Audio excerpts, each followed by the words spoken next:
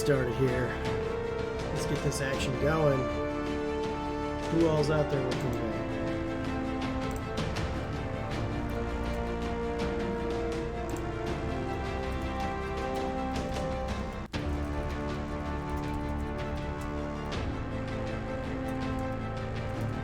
Anybody? Hey, NetGirl2B, we see her out there. That's good, that's good. What are the kind of action we got going on?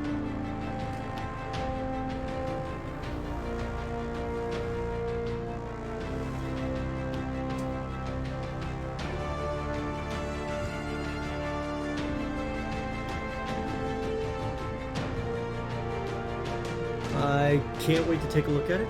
The joke you sent. From our Discord.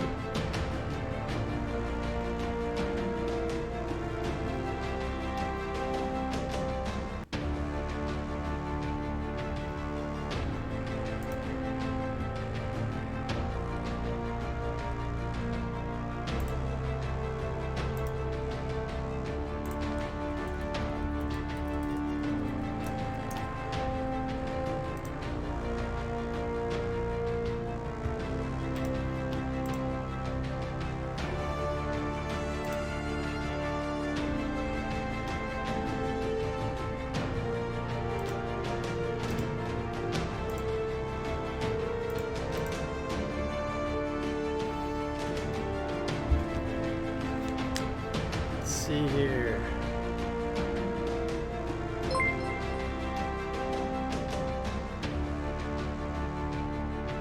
Hey, Never Ending Codex. Hey, our newest member. Thank you for joining in. Can't wait to see you here today. Let's see what we get going on here. Let's get those social media pushes out. Make sure everybody knows that we're going live.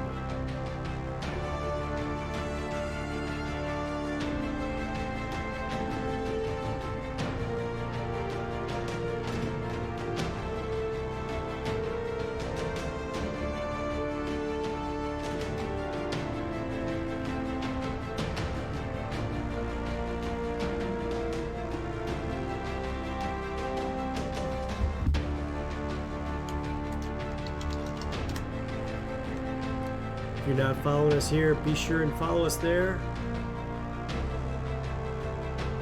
on social media.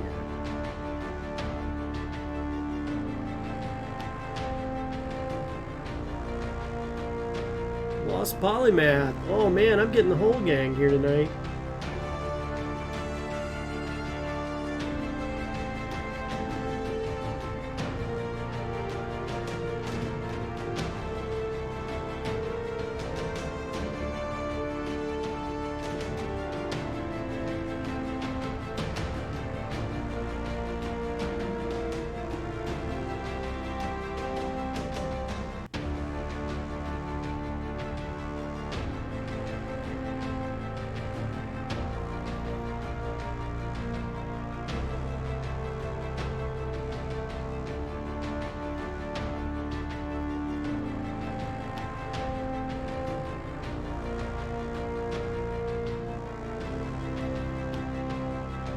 Oh yeah, definitely running the stream this evening.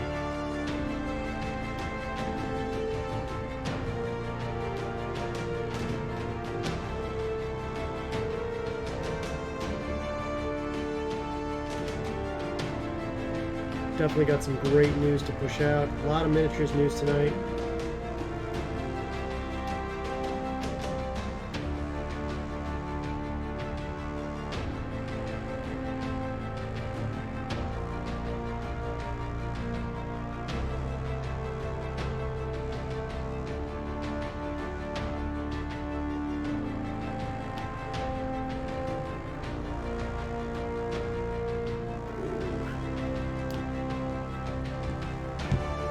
Brewing, parenting, cooking, etc. Alright, that sounds exciting.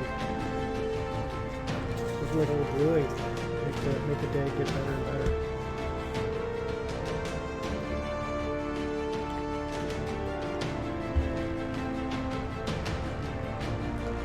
Let's see here.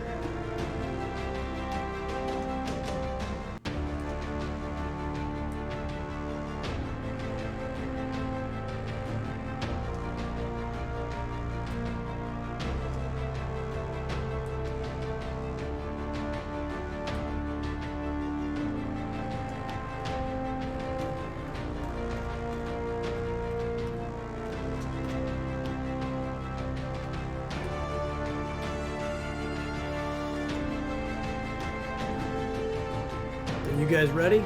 Should we go live right now? Should we put my face up on screen?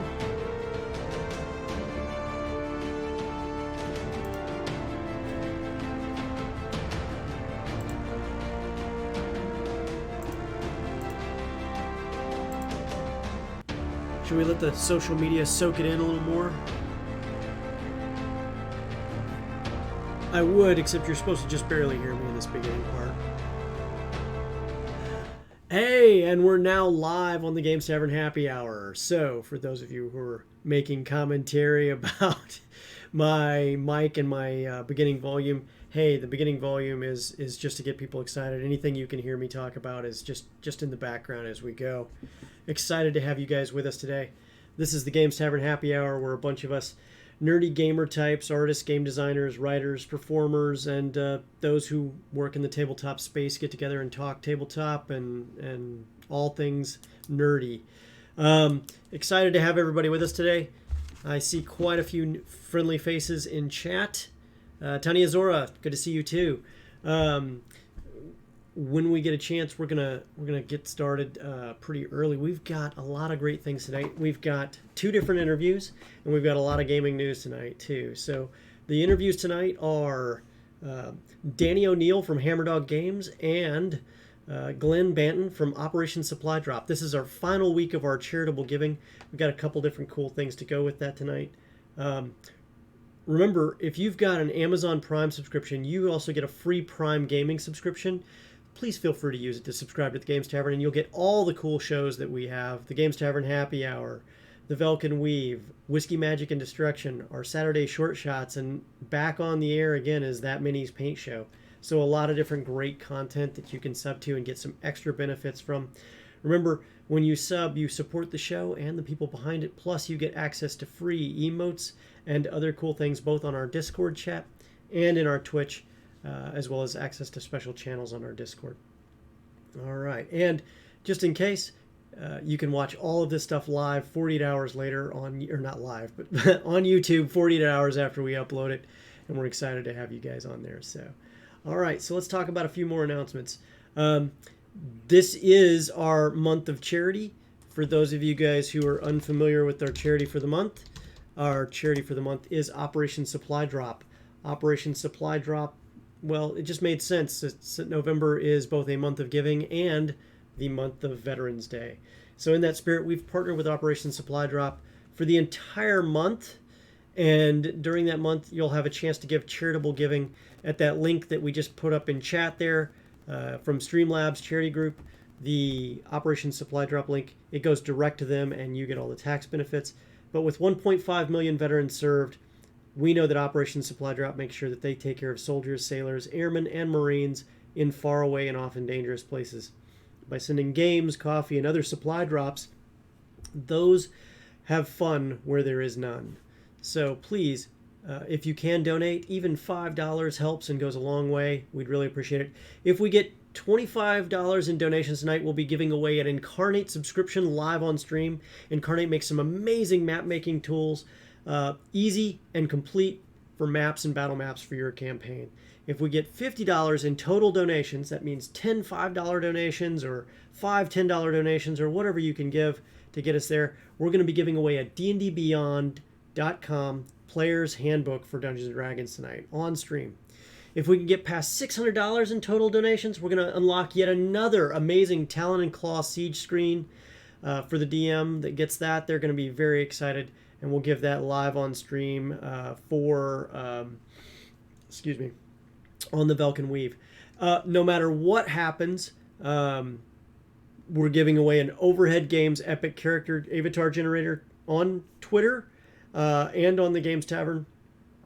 And, let me rephrase that. If we get $600, we're going to be $600 in total donations tonight. We're at $505, so $95 more. And we can give away a Overhead Games epic character generator on Twitter to one lucky Twitter follower.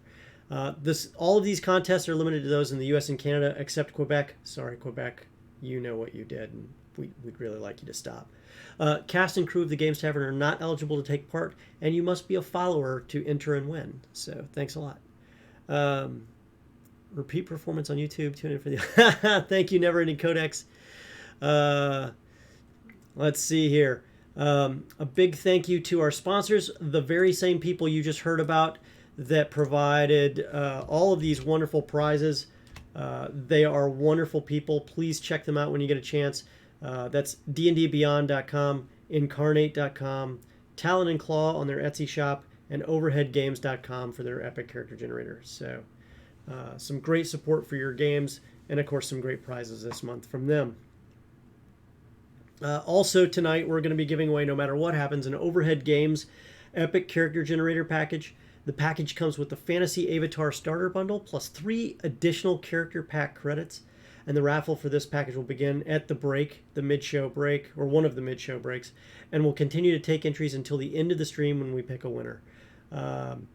Or 30 minutes, whichever comes last. Details on how to enter when we hit the break, and the contest again is limited to those in the US and Canada except Quebec.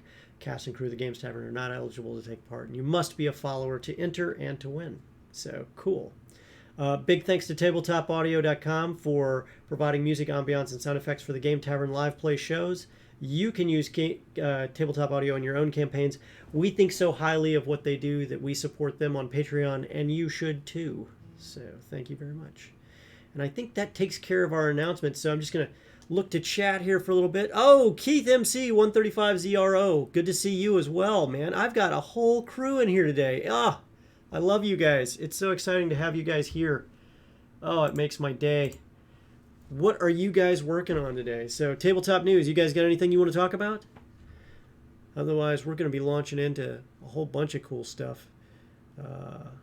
Yeah, there will be a sweet giveaway today. All excited about that. I'm going to be pulling that up here shortly. Bard College for Friday. What's the Bard College for Friday? Tell me about it.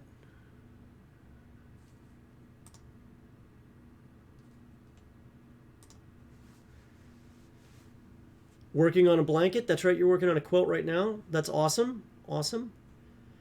Net Girl 2B. All right.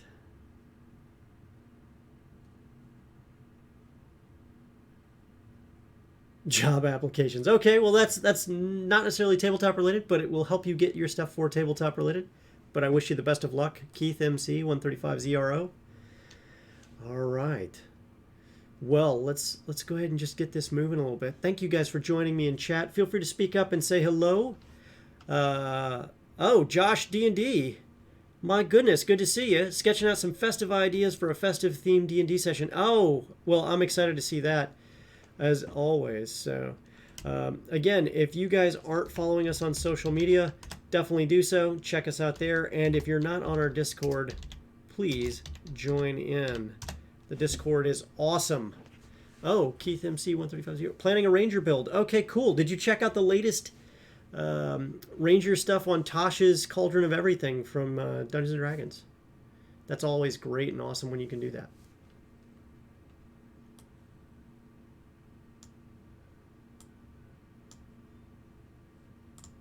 I'm shifting where the chat screen is so you guys can see my face a little better here.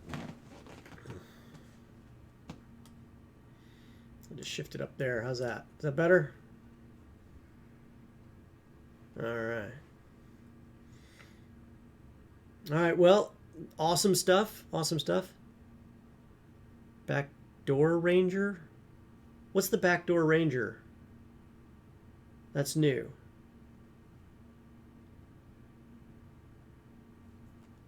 Did I miss something in Tasha's for that? Should I pull that up, or is that a bad joke I should know about here?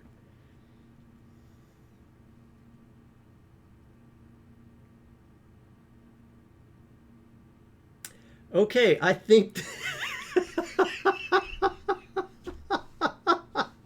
You usually have to pay double for that kind of action. I love you guys. You guys are the best chat ever. Hey, let's switch it over to the Games Tavern news, and let's see how this goes.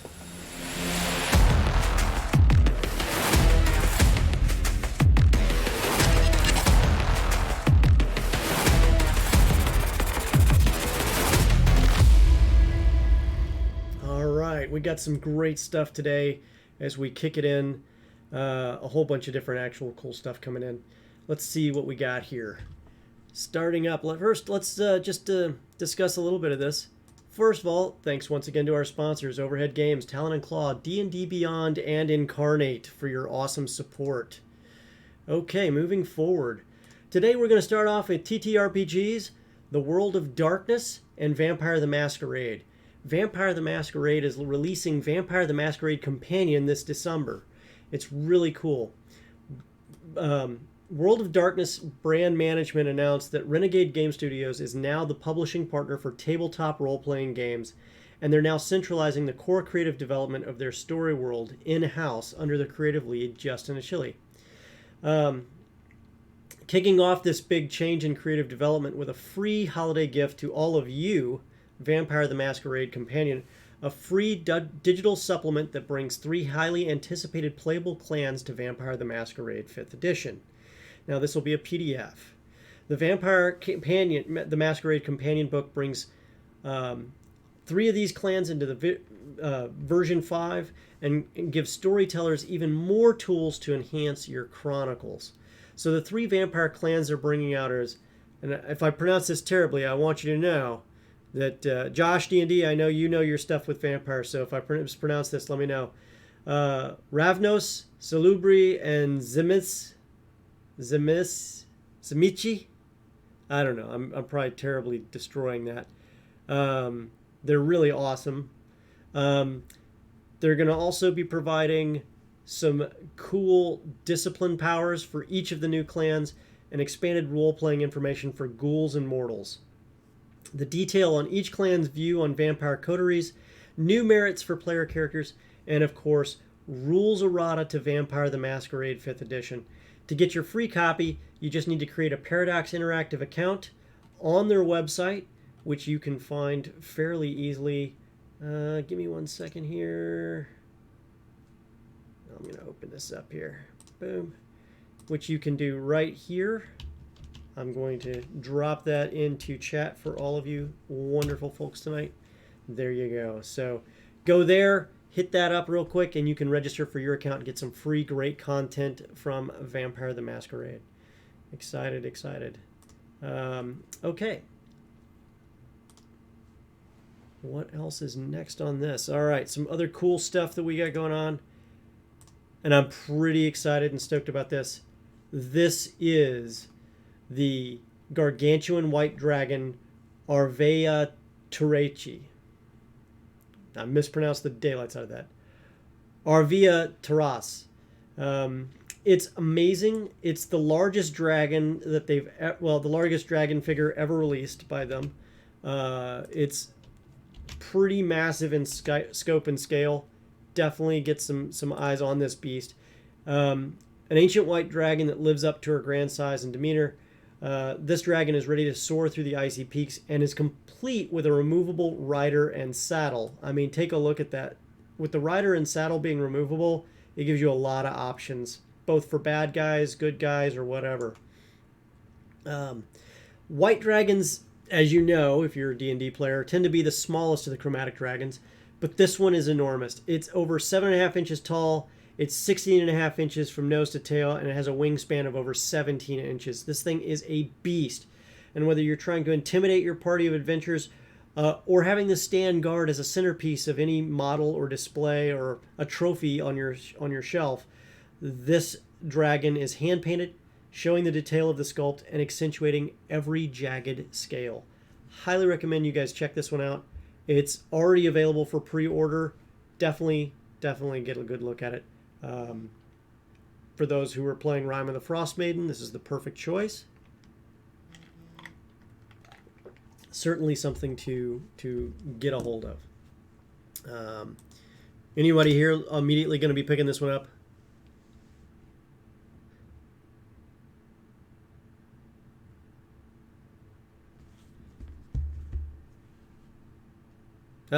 The White Worm, aka Ice Claws. Okay. Interesting. All right. That's awesome. Moving forward. The next one, 12 Days of Reaper. Excited about the 12 Days of Reaper. So Reaper Minis is already announced, and they're kicking off on the 27th of November. They're 12 days of Reaper. So you're going to get a jump start on your holiday spirit with minis this year. This goes until 8 December. It's a hell of a way to get some holiday themed stocking stuffers for your favorite painting friends or for yourself, maybe. If you go to reapermini.com, you can check out the announcement. Nothing is live on the website yet. However, it is truly a magnificent time to check out Reaper's website. They got a lot of cool stuff on there. Still left over for their November. They're finalizing out their November monthly releases. Their holiday stuff is pretty cool. I mean, they did a really good job year after year, and they've got 12 days of amazing miniatures for you guys to pick up. If you're a miniatures painter and you really like minis, this is a great way to round out your collection. So check it out when you get a chance. Next up, and this is the part that's pretty interesting, I think the most, is Games Workshop is really rocking it out this year with Blood Bowl. This month already, Blood Bowl has been a huge thing. If you're into tabletop sports games, this is the best one to play. Combining fantasy and gridiron football with, of course, just the brutality of all the different players and medieval war in a fantasy setting. It's the legendary game of fantasy football with a twist. A new season of ultra-violent sports mayhem, and the plays are bigger, the hits are harder, and every game is a nail-biter if you've ever played this game. So first up, the rules book itself is now out for pre-order. So if you're a coach, whether you're green or a salty old pro for this game, you need a copy of this book. It's 136 pages, hardback, and it's completely filled with everything that you need to know about Blood Bowl. If you're new to Blood Bowl, this is it. If you're experienced and seasoned, there's information in here you want. So you'll have the history of Blood Bowl, from the ancient origins of the game and some of the lore with it, surrounding it in myth and legend, and to the evolution of the current modern, in quotations, modern fantasy football sport. It's got the rules and regulations, which are streamlined and updated for the second season edition. You've got league versus exhibition play information. You've got Blood Bowl teams with updated rules and rosters for all 21 current teams. And of course, the star players, where you'll find the current profiles for all 23 of them there. And if I recall correctly, they each have a special rule for each one of those special heroes. So definitely check it out. In addition to that, the Blood Bowl second season box set is now out. You can play as the coach of Imperial Nobility or a Black Orcs team, and it's up to you to guide your players through each play, each game, and each season to ultimate victory. The replay value on this game is huge because no two games are the same. And from the moment your team starts out on the gridiron or gets carried off of it, your grit, wits, and capacity for grievous violence is put to the test and sometimes cheered on. The box is filled with everything you need to play your games, miniatures for 2 different teams, and all the extras you expect from Blood Bowl. Definitely get a look at that. If you don't play Blood Bowl, this is a great way to get started. Fantastic miniatures as well. And then finally, as part of that selection, the Blood Bowl Special Plays cards are now available. This is a deck of 64 cards. It contains all of the Universal Special plays available to every team as inducements in the new edition of Blood Bowl. It's broken down into handy categories. You're going to find some reminder cards for results. And you're also going to find special plays that you won't find anywhere else. You're just going to want these cards for that purpose. So make sure you get a copy of this deck and take advantage of these strategic options for your games. All right. Cool. And another exciting thing in the miniatures side of things is Mantic Games is releasing the Dead Zone Matsudan Saburi Conclave faction as with a starter web bonus. So it's a kind of a good starter set for Matsudan. It comes with a lot of really cool stuff, and I've got the miniatures up there. I hope you guys are thinking they're good looking miniatures. I'm going to link that there in chat for you guys to get a good look at it. I love the look of these miniatures in particular because they kind of look like a cross between Komodo dragons and just angry humanoid lizards that have a lot of technology and capability around them.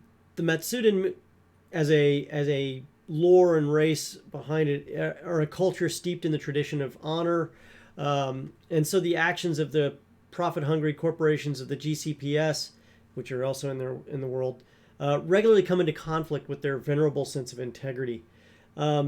This box set is a great way to get started, and it includes a web-exclusive pulse bombard, so you can upgrade one of your drones with a devastating weapon system. The box contains one Matsudan Saburi Conclave faction starter to include a Toshiyori Matsudan leader in resin, another resin Shikiwake Matsudan specialist, another resin Ozike Yokozuna alternate weapon variants, which are also Matsudan specialists, a resin Inashi Matsudan specialist, 10 hard plastic marionettes, 2 hard plastic support drones, 2 PVC weapon drones, and a web-exclusive metal Asterian Pulse Bombard. That Bombard, it just looks like something that lobs just death down on people. I know I want one. Why wouldn't you want something that rains death down on people? It just seems like the right thing to do. I mean, if you're playing a tabletop war game, what else is there? Right? Anything? Chat, come on now.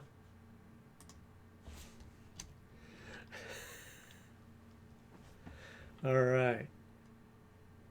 All right, so here's the fun one that we had to throw in today. Bob Ross is Bob Ross is coming to Magic the Gathering. That's right, Bob Ross, the painter of Happy Little Trees, who calmed and delighted America through the 1980s, is coming to collectible card game Magic the Gathering. That's right. Wizards of the Coast, Magic's publisher, has partnered with the Ross estate for a limited edition set called Happy Little Gathering. I'm keeping a straight face the whole time I say this, guys. The set will feature 2 Ross landscapes for each of Magic's 5 different land types: plains, swamps, forests, islands, and mountains. Oh, yes, I am. Oh, yes, I am talking all about this. When we find nuggets of gold like this, we've got to report on it.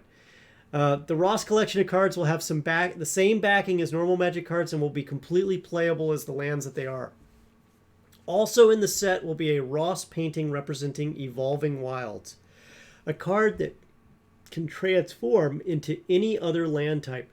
So the painting has a forest, mountain, water plains, plus an unearthly glow on the underside of the wave to hit on the evolving aspect. The Ross cards will be part of a limited run of Magic cards released through Wizards of the Coast Secret Lair line of cards. Secret Lair line cards are a reprint of Magic cards with alternate art, typically done by famous artists. Happy Little Gathering is going to be available for pre-order for a limited time through Magic's Secret Lair website starting November 30th and ending December 14th. So make sure that you get your pre-order in on the 30th. Otherwise, you may miss out. That's right. Bob Ross, Magic the Gathering, Happy Little Trees. You can bet that your lands have never been excited. Definitely check that out when you get a chance. For those of you who love dice, we're coming into what's typically called our Kickstarter Roundup segment. So this is where we go through the Kickstarters that are currently in place and see which ones we like the most this week and which are related to tabletop and go from there. So the first one up is the Forged in Frost dice. Forged in Frost dice. So this is really cool because it's really interesting how they did this. They've done metal dice before. So they started with the metal dice that you see, and then they added the next step. This is the next premium dice line by Bryce's Dice. There's going to be 3 designs available at launch with 5 designs added as stretch goals.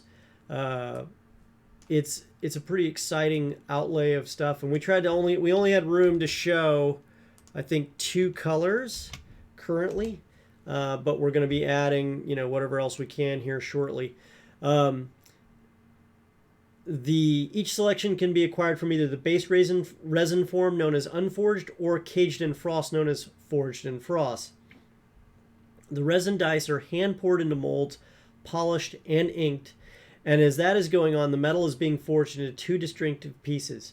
Once the dice, unforged, are complete and the metal cage, forging, are prepared, they're joined together by hand, and this process is done by hand specifically to ensure the aesthetic is proper and as consistent as possible. The Kickstarter has almost doubled its funding goal and is really early on. It's got 26 days to go. I just linked it in chat. When you get a chance, take a look there. Hey, Danielle Heller, 45. Good to see you. Good to see you. Moving on from our Kickstarter roundup, our next Kickstarter that we're going to talk about, we're really excited about this one, is the Call of Cthulhu tarot cards. The Cthulhu Dark Arts Tarot. It's kind of one of the coolest things we've seen in a long time, and they really put the work together to make this exciting. This is a complete tarot. It contains 78 illustrated cards, including 22 major and 56 minor arcana. Now, I don't know much about tarot, but I know that there's a lot of cards. And each card is composed of an illustration and its name in English, with as reference the Divinatory Tarot of Marseille. Now, they really put the work in because they put the artwork and everything else, but really what I want you to know is the size of these cards are a little bit misleading in the picture. These are huge. The format chosen for this tarot were inspired by both the Cthulhu mythos, but at 3.35 inches by 6.5 inches, these are much larger than the usual divinatory tarot decks that other people make, and is close to one of the oldest tarot decks ever created, called the Visconti Savora, created by the artist Bonifacio Bimbo between 1428 and 1447. So they brought in some historical reference here too. The Riley edition silkscreen deck is printed on an old mill avorio paper. It's a 350 grain paper, which has a light cream tint, and with a black silkscreen int, which allows for a very, very deep rendering. All decks are going to be delivered with a booklet printed in black and white, in both English and in French, to help you with the interpretation of each card. And I might add that each of these cards was created originally by a French company, and so this is going to be a little bit different than what you normally see, possibly with some of the more Americanized or Western English-speaking countries that do this type of stuff. Higher pledges not only include the cards, but some amazing books, bags, and other cool props, which are high quality and well thought out. This particular Kickstarter was fully funded in 6 hours with over 400% above goal, and it's got 8 days left. This is an amazing Kickstarter to jump in on. Highly recommend checking it out when you get a chance. The cards are probably haunted. Keith MC135ZRO. Definitely not a doubt. Definitely check them out when you get a chance. All right. Do I have any questions?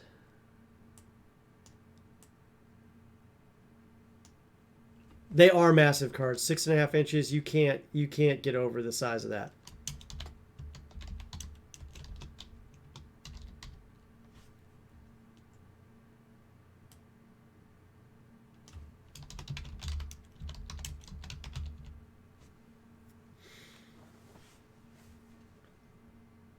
Yeah, massive, massive. All right, any last comments from chat? Yes, no, maybe?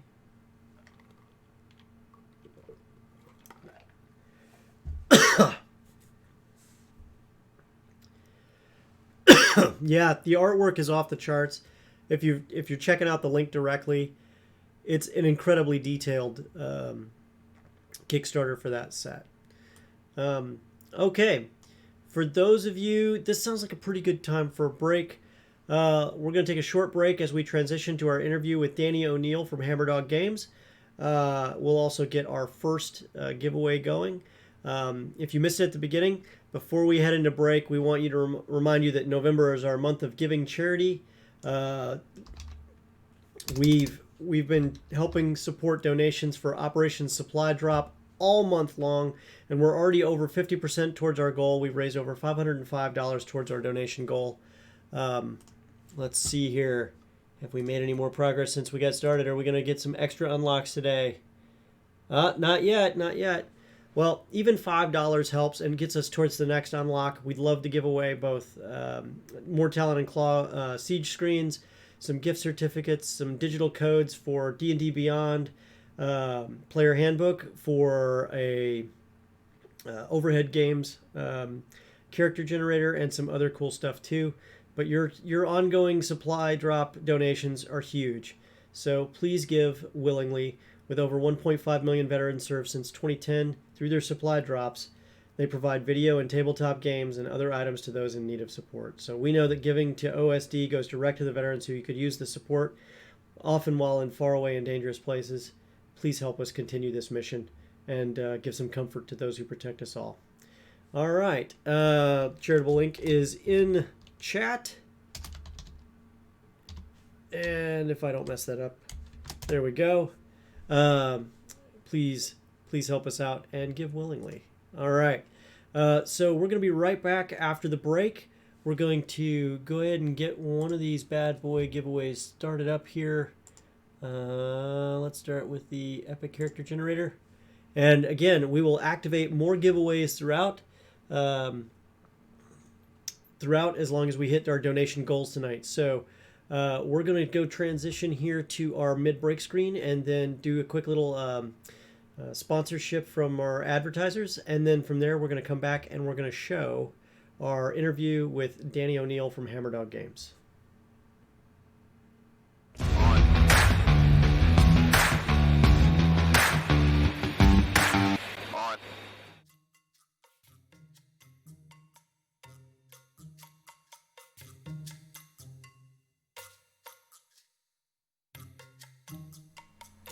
Hey, it's Reid with the Games Tavern. I'm glad you're here. Thank you so much for supporting our November charities this month. We're partnered with Operation Supply Drop, and we're excited to support their effort to make sure that there is fun where there is none. Operation Supply Drop has helped over 1.5 million soldiers, sailors, airmen, and Marines in far-off places receive games to help them pass the time. And we were really behind that 100%. Our monthly charity this month is entirely about that. You'll see some of the different things that we'll be doing, and we'll be doing quite a few giveaways as well. Some dice trays, some digital codes from some various sponsors, and, well, a great deal more. All on our regular shows, all the regular times.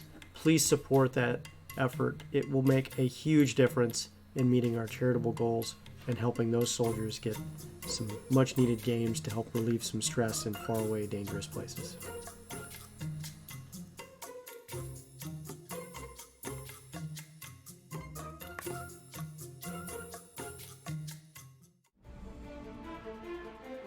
Have you ever needed quality images of characters for your games or stories, but couldn't find the time or assets to create them? Epic Character Generator comes to your rescue with lots of features.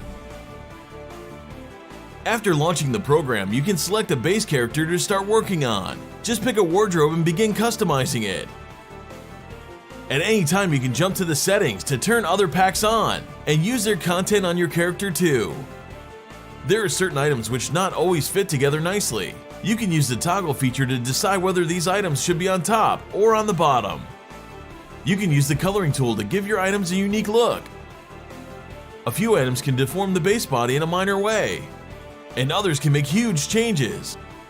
How about moving around some decorations in the background? Or even the whole character to find the perfect composition? You can save your character as a data file and load it back later to continue editing it. You can export your character as a PNG image with a background selected from the program, or choose a transparent one. You can use it later in any environment.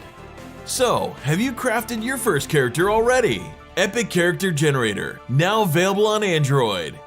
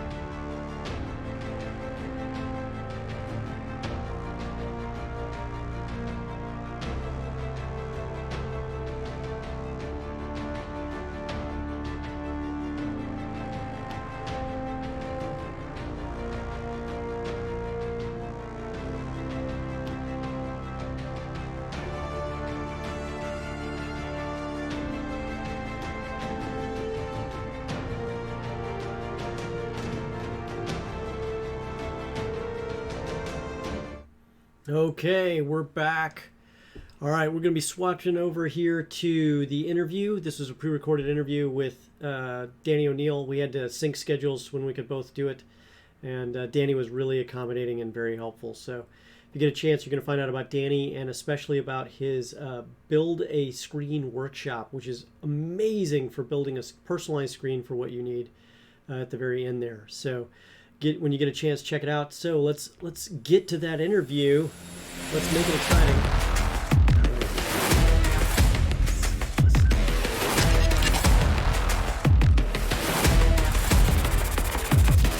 Here we go.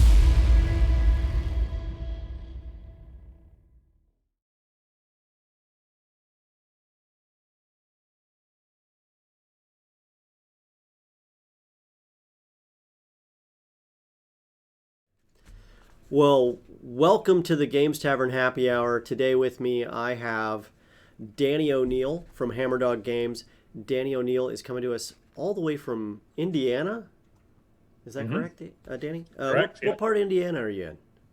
I'm in Fort Wayne, so northeast corner, right by Ohio. Okay. Well, that is exciting nonetheless, and also I just love the woodwork of your place back there, man. That's amazing. Thank you. Yeah, this is a beautiful old home, old Victorian. Yeah. 110 years old right now, something like that. Oh my goodness. And yeah, we bought it when we walked through that door and saw that woodwork, and we said, "Oh, done. We're fine." The rest of it was academic. We just walked around and went, yeah. Didn't we just tell you we want it? So yeah, I was very excited to actually be able to use that for my backdrop today. Oh, okay. Yeah, it's gorgeous. It's just gorgeous. Are you from Indiana originally? No, I grew up in Canada. I've been here for about 20 years now. Came for a 2-year tour of duty and got married and stayed. So I say tour of duty, but I wasn't military. I just came down, and this is something I'd liked to do back then, was move to a new place for a couple of years. Done it a couple of times before. So I was trying to do it here, ended up staying. Oh, wow. So what part of Canada were you from? So I grew up I always say this in two parts. My childhood I spent on Hudson Bay up in northern Manitoba. It is the northernmost town in all of Manitoba, but being on the water, it is a horrifically terrible place to grow up. And it is literally nicknamed the polar bear capital of the world because polar bears come into the town. There's a major polar bear den south, and the polar bears wander into town fairly regular. Wait. The town is north of where the polar bears den up. Correct. Oh my. Yeah. So to give you the boring scientific part, they used to burn the garbage, and the garbage would blow from the north wind south into the polar bear lair. So they would all follow the smell of that into town. Pretty fun stuff. Oh. I'm very serious when I say this to people, but for Halloween, you have to imagine that all these little kids are walking around with bags of treats through the town, and the bears can smell them. So our parents would circle the town, driving around, honking their horns and flashing their headlights to make sure bears. Oh, that's amazing. Yeah, that was pretty neat. So I moved from there to a much more sane place in northwestern Alberta, which is called Beaver Lodge, where we didn't have to worry about beavers coming in to take our candy away or any of that. So we were pretty happy for that change. So the beavers were held at bay on their own. I just think they weren't interested. Did you throw out logs or wood chips out there to keep them kind of satiated or? Yeah, all the time. You know how that goes, right? Like, you just cedar. Yeah, that's right. Keep the good chips in your pocket, Danny. You just never know. Okay, well. So that's what I like to say. So both of these places were very small military towns, and they were on the dew line, both of them, and then those lines closed, and we moved, and that's how that worked. But in both places, I was in this very isolated. At least pop culture isolated towns, and so it was for my imagination. I couldn't think of a better place I could have grown up, to be honest. Wow, I'm just impressed as can be. When did you come to the States? About 20 years ago. 20 years ago. Oh, so you've been here a while. Yep. As I said, got married, have some children now. So one of them's an adult now. So I guess I've been here longer than 20, but yeah, it was to work down here in the game industry where I was when I'm saying we were isolated pop culture wise. There was no jobs, none whatsoever in the hobby industry, or what we call the gaming hobby industry. So I had to take my first opportunity, and it was in the States. Okay. And just, that was over 20 years ago. Who did you take that opportunity with? So I worked for Alliance Game Distributors, and I went to work for them exactly as they were forming. Alliance was actually made out of two companies, the Armory and Chessex. And Chessex had a division right here in Fort Wayne, Indiana, where I am. So these two companies merged to become Alliance, and this was sort of a stabilization of the hobby marketplace at that time, because distributors were starting to go out of business. So they merged and they made it stronger, and they needed new people. So in I came. Oh, that explains the Alliance name. Yeah, An alliance exactly. of Armory and Chessex. Okay, that's exactly something what I it did was. not know. That's a pretty cool fact. And so you started with them where in the U.S.? Like, where did you get started? Like, how did you? I mean, what made you decide to go into games in the first place? Were you already always a gamer? Yes, oddly enough, it was one of those things where you're taking your university degree in Canada. We say university over college most of Yeah, the yeah. time. I was taking my degree in university, and I didn't really know what I wanted to do. And it was one of those weird things where you come across some saying that says, find the path that you've been on all along. And I went, whatever. And then I looked at myself and I went, oh my gosh. In grade 3, I was taking scribblers. They were called scribblers back then, little notebooks, and making games in them, like mazes and connect the dots as if I could draw. And then we were taking those to school and we were selling them to our friends, right? Oh, So wow. in grade 3, I was already designing without thinking of it that way. So what happened was, in all reality, was I finished my degree. I ended up with a BA in psych because I had bounced around. I'd started in comp sci, all this kind of very heavy scientific stuff, and I found out that wasn't me. So I went and taught in Japan for 2 years. I went and taught English in Tokyo. And one of the very last things that happened while I was there was a very, very tiny convention that we pulled together. And our guests of honor turned out to be Peter Atkinson and Richard Garfield from Wizards of the Coast. Oh, yeah. And this is at the dawn of Magic, right?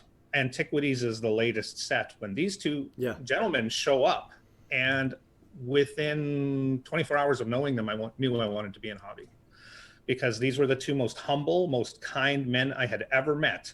And they were sitting in a Mexican restaurant, dead serious, In Japan. in Tokyo. We're cross-legged on tatami mats, eating burritos and playing a Magic tournament that Richard and I are organizing together. And so here's the inventor just treating me like I'm a great guy. I've never met him before. And that was the moment when I said, yes, I'm in. I'm 100% in. And from that point on, I just turned my attention towards getting into this marketplace. So it wasn't just about the games itself, it was also about the kind of people you could work with while you were there. Is that Absolutely. Okay? Absolutely. Okay. So Yeah. I will say that up until maybe about a decade ago, the friendliness level within the industry, the competition was not such that we backstabbed each other or tried to steal each other's customers. It was so collaborative. And I had a bit of a theater background as well. So I was really into collaborative, right? Like, if you're going to help me and I can help you in return and we're both happier, that's what I want. And that's what the adventure hobby industry gave me. Okay. Well, that's so. So were you playing a lot of games back in those days too? I mean, like obviously you were into Magic because you arranged a tournament. But what was like the first outside of the ones you made? What was like the first tabletop game that you were kind of like, I love this game, The first thing I can remember saying, this is unlike anything I've ever seen, was actually Talisman. Talisman. But in that era, Axis and Allies and Shogun were hitting our table once a month. And those were 8 to 10 hour games. Yep. So we got into 8 to 10 hour games because we were playing D&D. I apologize. I was playing D&D since I was 12, right? What year? What year was it? Throw those nerd creds on the table. 80 to 81. Oh, wow. I can't remember. Okay. I can't remember when the first game happened. I honestly can't. But it was in the family station wagon. My dad was driving. We were in the middle of Saskatchewan, and it was the most boring place. That's long for and a flat, teenager if to I be. recall, right? Nothing. Yes. Nothing. It's No just flat features. as far as the eye can see. And back then, no FM radio. Uh, we had a tape deck, whatever, or we could have had an 8-track for all I remember. But my buddy and I were laying in the back of the station wagon, just bored out of our minds. And my buddy said, "Oh, I know what we can do. We can play Dungeons and Dragons." And my dad was driving, and he goes, "Wait, I've heard of that. How can we do that in the car?" And so my best friend at the time just spontaneously wove an adventure, just right out of his brain. He had maybe played the game twice. So he knew what leveling up was, but he didn't know how it worked. And so he just made it up. And it was the most amazing collaborative storytelling experience of my life. I have details of it in my head today. And then he said, "Oh, by the way, here's the book." And I went, so that was the start. And then getting into more of the board games of that era, right? Suddenly I'm discovering things like Arkham Horror, right? The original Arkham Horror, Nuclear War, Illuminati, right? Oh yeah. I remember that. Yeah. And so all through the 80s, I'm discovering all of those style of games, and I'm going, wow, this is something. But it's not until the experience that I have with the boys from Wizards of the Coast that I say, oh, I can make a living doing this. I'm in, right? Absolutely. I got started, actually in a similar fashion. We used to draw these little maze-like games and have, you basically walk your characters through it, and it had nothing to do with D&D at the time. We were in elementary school, and you jump the pit trap. It was like probably more based off of Atari video games at the time than anything else. Sure. But we used to do a very similar thing to what you started with, and you're bringing back some serious memories with some of these games of my time in the 80s as well, and it's just very impressive to see the list of off the top of your head stuff you started with probably even earlier than I did. I mean, Talisman was an amazing game. And then you get into Axis and Allies. If you were playing those in the 80s, you were quite young. And that's a hell of a game to play for 6 to 8 hours at a time. And I know what you mean by those games, because I didn't play those until the 90s in a meaningful way. So right. Very, very impressive indeed. Or Civ and Advanced Civ, right? Like, yeah. Because by the time we're in university, I'm running a game club, and we have a whole library of games. And we could book rooms in the student union building, and one of them had high back chairs. We called it the Star Trek room, and we'd run. I mean, we'd be sitting this.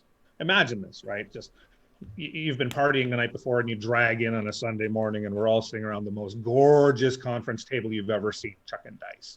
Oh yeah. And so this became our thing. And if we wanted to play Advanced Civ, you would put up the game 2 weeks in advance and we're starting at 10 a.m. on Saturday in that room. And if you're not going to be there for the whole game, don't sign in. Wow. And we'd be 8 to 10 hours on that game before somebody would say, okay, I think we can call it. I think we know who the winner's going to be. That was just satisfying. Such a great level. But these things are not really possible nowadays, right? Well, it is. Oh, you mean with the current situation in the world? Yeah, sometimes, but it'll come back. It'll come back someday. I can't wait for it. So you moved to the U.S., you joined Alliance. Circling back to that, you were already an avid gamer. You'd been playing Dungeons & Dragons for quite a number of years by that time. Over 20 years ago would put you in the late 90s at that point. At that point, you've been around the block a little bit with games. You've seen the industry. The industry was obviously, I mean, it was almost still like post, Milton Bradley golden era of board games. It hit a new era, I think, in the early 2000s, I think. That's correct. But in the 90s, there was kind of a drought of board games. So were you bigger into tabletop role-playing games and miniatures games then, or what were you doing in that era? Well, mid-90s is the era of the TCG, right? Yep, Magic. So, well, but and 75 others. Yeah. Right? So they all came out in that era. So whether you had an actual popular one like Jihad or Cult or Rage, maybe, you had 50 dead TCGs like Galactic Empires, right? Or Twin Towers, I think it was called, or Wyvern. And all of these, all these games were coming out, and we had to try them all. We really did. I was actually running a store at the time, a comic book and game store, with the largest gaming space in Edmonton, Alberta at the time. Edmonton was a city of 750,000 people back then. So I could get 50 people on a Friday night in the mid 90s to show up for just about anything. One thing they would never show up for was a board game, right? Board games were this little tiny section in my play area that we never thought about, and we never worried about it. And I think probably people would come in, buy them, and then leave. Maybe. I mean, we barely sold anything. I would say the hot game of that era was Robo Rally, right? Yeah. And so I actually got to witness professionally the entire board game curve that we're in right now. I got to watch that all come into the marketplace, displace first CCGs, then it displaced RPGs, and now it's just the king category, right? Yeah, and there's a number of factors with that. I remember going into stores in the early 2000s, late 2000s, or early 2000s, like 2000 to 2010, and it hit a point where, Magic had really become the dominant, CCG game at the time. But the other thing I noticed is retailers were saying, no, we're not really interested in just collecting up a whole bunch of different card games if we get stuck with them because they never go anywhere or they die within a year. And we thought that was very interesting to see how retailers had kind of also evolved and gotten smarter with that stuff too. Like, their ability to just spend money on product and have it sit on the shelf had kind of gone down considerably at that time too. Absolutely. Well, it was the proliferation of product is what we call it. So what you get is around in the year 2000 and 2001, you get the geek wave that we're still in, right? And it begins with Lord of the Rings, Harry Potter. It basically begins in the cinema, right? And it pushes right where it should have, which was right into the game industry. And so that proliferation of product that came in at that time changed the entire way stores operated. And they could no longer just simply invest tons and tons into inventory, right? Sorry about that. I had to bump a dog at the same time that I was talking to you about that. He's totally understood. He's being annoying down here. So give him a pet for me, or her a pet for me. I am. So I mean, it's Hammerdog Games. I mean, we're of all dog interactions. Absolutely. So as you came across all this stuff and all this was changing, obviously at some point you came back to RPGs, and the reason I bring that up is because of what we're going to talk about probably in the not too distant part of this conversation is Hammerdog Games itself. You came back to RPGs, and what was that like? What was the point where you came back to tabletop role-playing games and you went, I love this. It's like I'm back. Or did you never leave in the first place? Kind of never left, but as most people know, and actually you pointed out, in the 90s there was a sort of a depression of gaming. Okay, and so you stopped being able to get. Well, let me say this: at that University Game Club, every year we ran a tournament in February, and we started with getting about 140 attendees to this, which we would divide up into random groups, or sometimes they would show up in groups. And I'd say by the end of the time when I'm leaving, which is about 91, we're only pulling in about 80. The actual hobby was just in massive decline due to oversaturation by TSR, due to lack of support in the marketplace for this type of stuff. So I never really left. And when I was in the game, when I was running Warp 2 in Edmonton, I was actually experimenting with a lot of formats that I had seen the RPGA play with, or that I thought would be neat. For example, multiple tables that interact with each other, right? This is now called a special in today's parlance.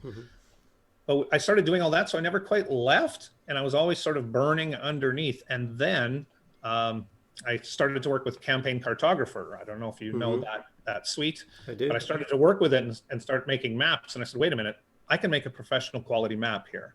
And all of a sudden, the 3rd edition OGL came out. And I went, oh, chocolate and peanut butter, let's go. And so Two great things that go great together. It was amazing. And so Hammerdog actually became the first company to produce a full color adventure for the D20 system, right? And it was something like this. It was a different one, but this was banged out on a laser printer. Here's a campaign cartographer map, right? And this is how I got my start. So I started Alliance, and I started to make these little adventures right at the dawn of D20, right at the dawn. And so I throw out a couple of adventures. They do extraordinarily well. And then I see the marketplace is flooding, and I sort of stepped back.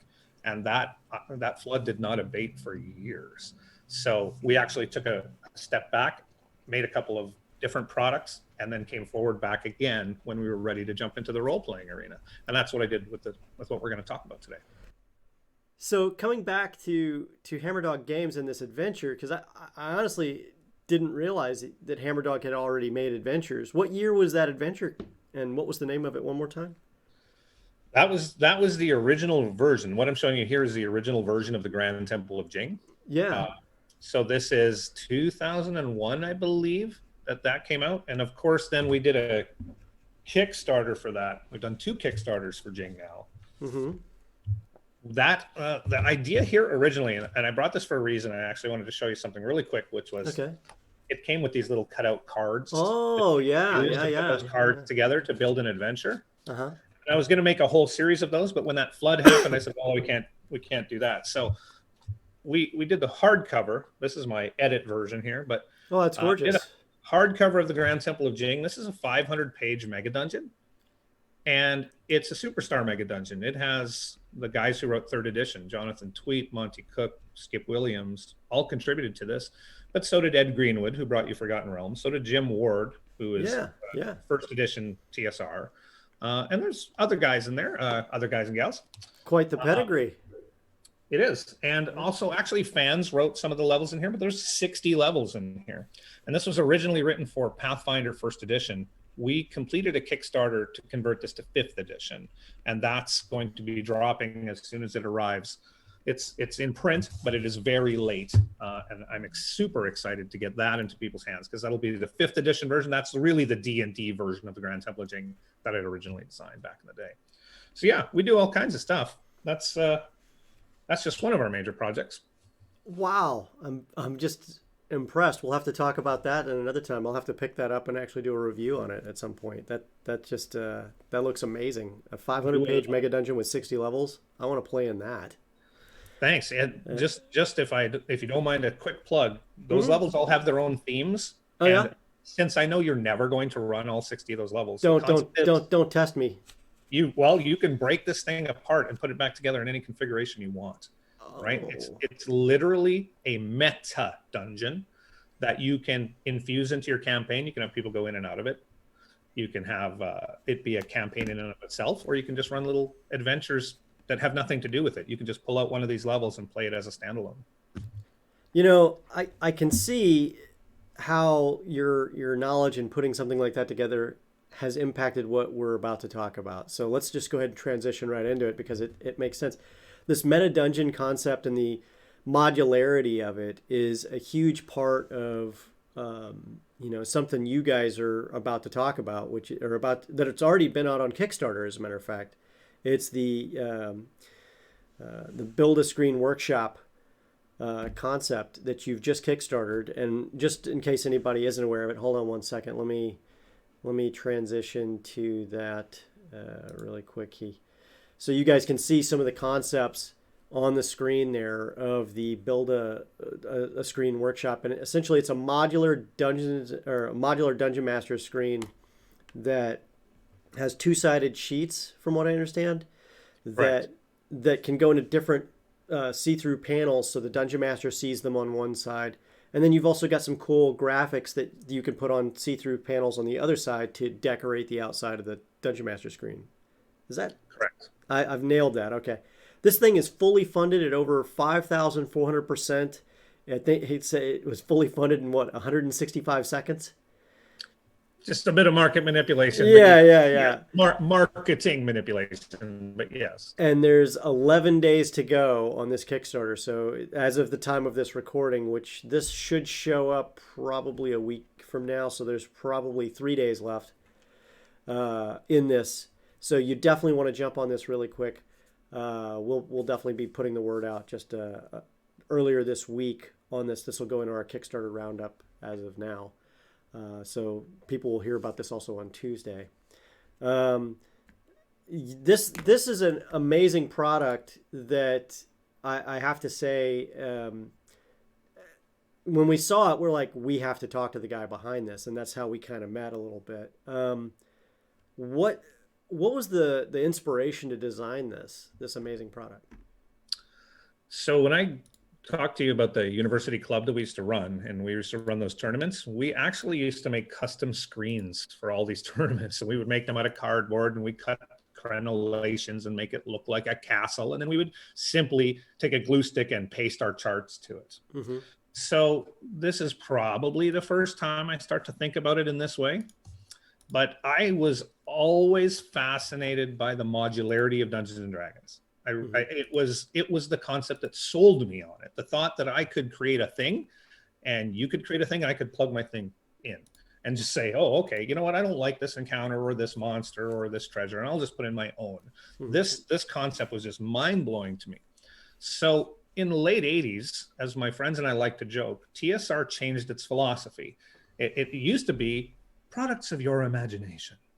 And then somewhere in the late 80s, it became products of TSR's imagination. You guys stop creating, we will create everything, you will buy it. And my friends and I rejected this wholeheartedly and started to just go into even more self-creation. So I glommed onto cards, and the thought that you could run an entire adventure with a stack of cards, which is why I was pointing out the cards in this. Yeah. Because those became these,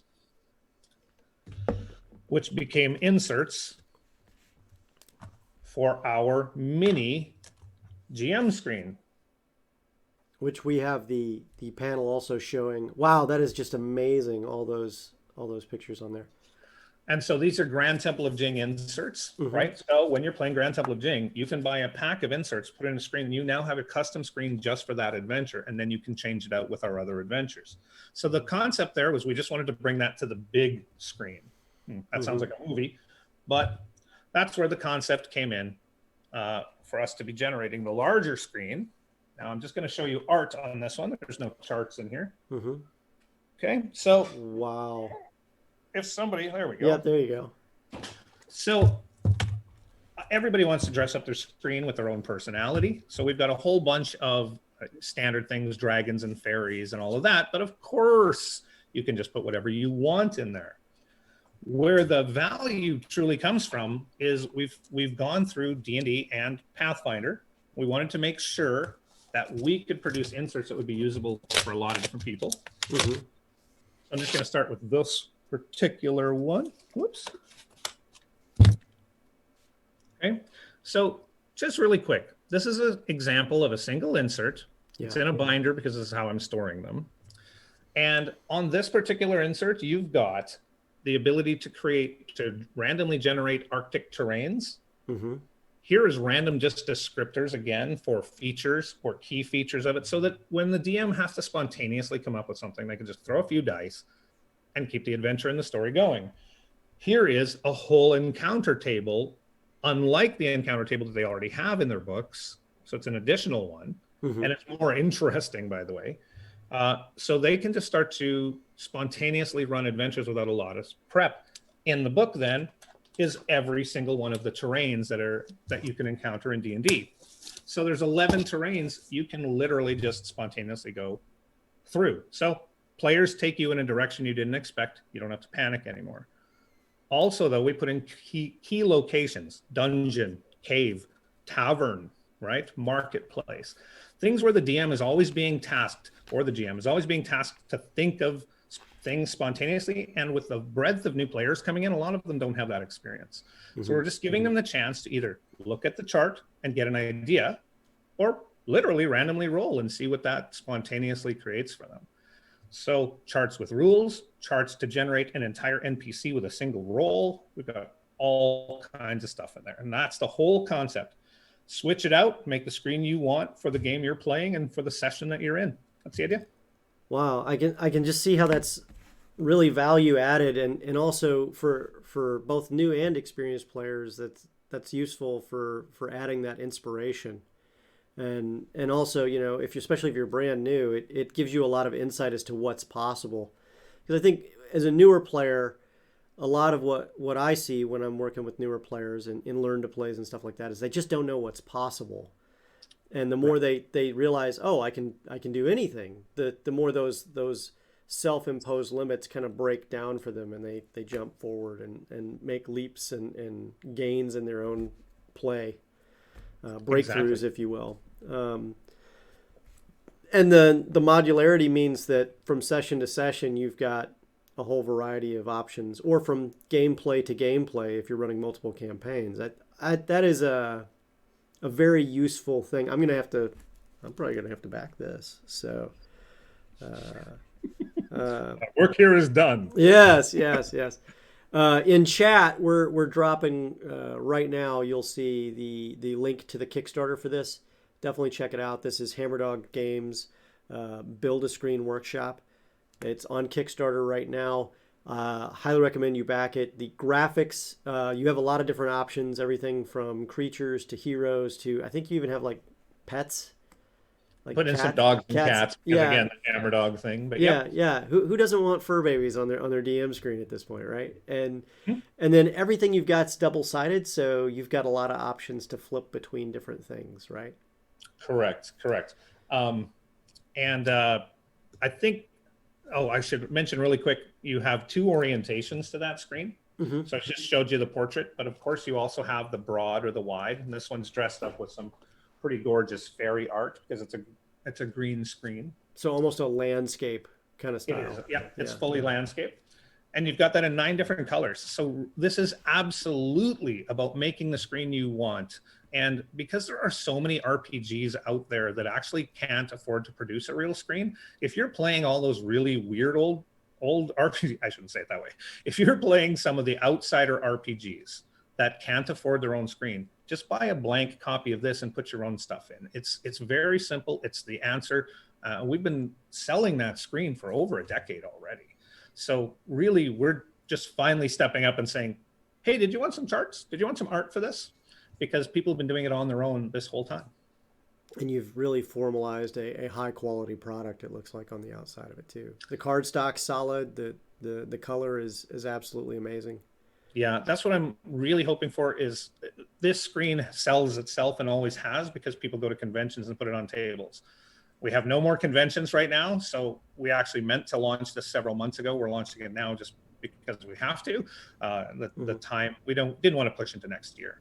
But when these start to go back onto tables, I think a lot of people will suddenly go, wow, I have not been using my screen to maximum effect.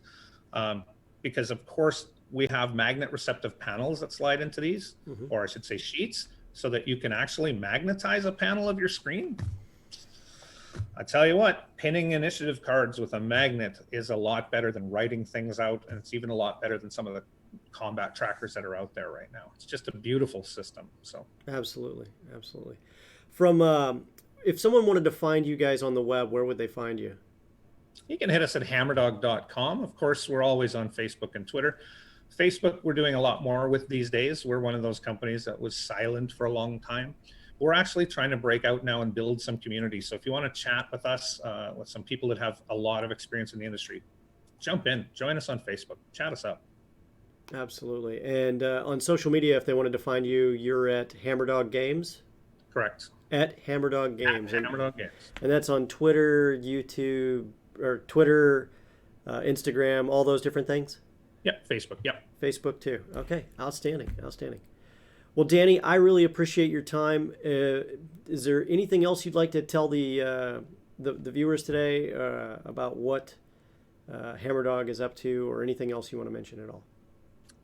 I would just say that if you look at our history and if you look at our products, we are simply the people that want to empower the DM with the most incredible tools that we can, and to give them more options than almost anybody has ever given them. So if you look at our adventures, how they're written, if you look at the screen, if you look at anything we make, whether even our chaos chess game, which is, cards and chess together, everything is modular and everything is customizable by you, the purchaser, to make that product what you want it to be. That's what Hammerdog stands for. And we also try to keep things reasonably priced. we also came from poverty, and we understand completely that people cannot drop, any amount of money on everything that they want. So we try to keep things as reusable and modifiable as possible. Outstanding. And this is Danny O'Neill from Hammerdog Games. Thank you so much for your time today, Danny. It was a pleasure. Thank you so much for the chance to talk. Love to talk this screen up. So thank you so much. And we'll definitely have you back. All right. Appreciate that too. Take care. And we're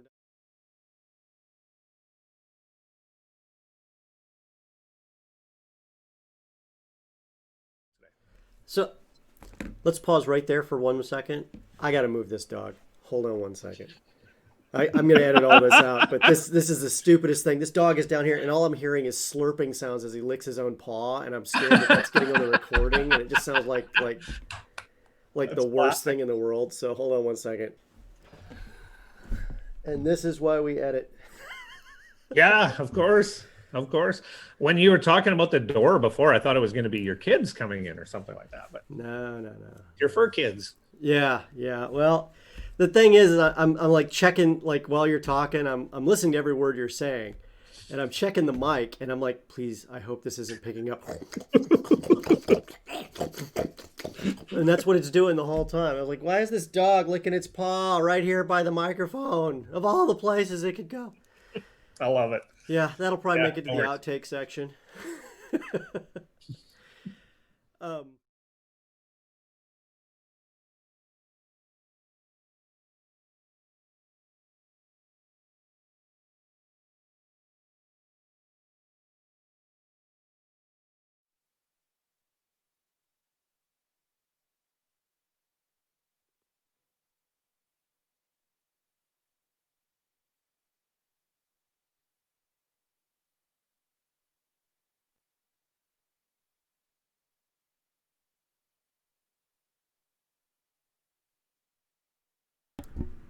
All right, I just got the word from No Audio. Thank you, chat. Appreciate it.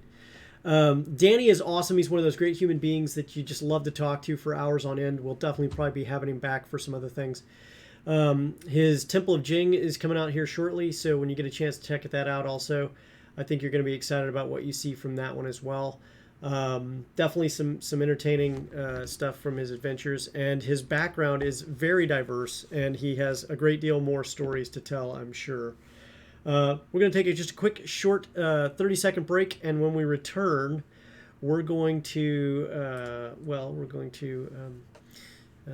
what's the word I'm looking for? Go right into our second interview with, who is it? Glenn Banton from Operation Supply Drop. He's an awesome dude, and he's the CEO of the company, helping the original founders with their vision and dream and grow it even further. And he's got a lot of great things to talk about as well. We're always excited to see the coolest things that they can do. And, we'll find out here shortly. So, and in the meantime, hang in there. We'll be right back. Just a few minutes.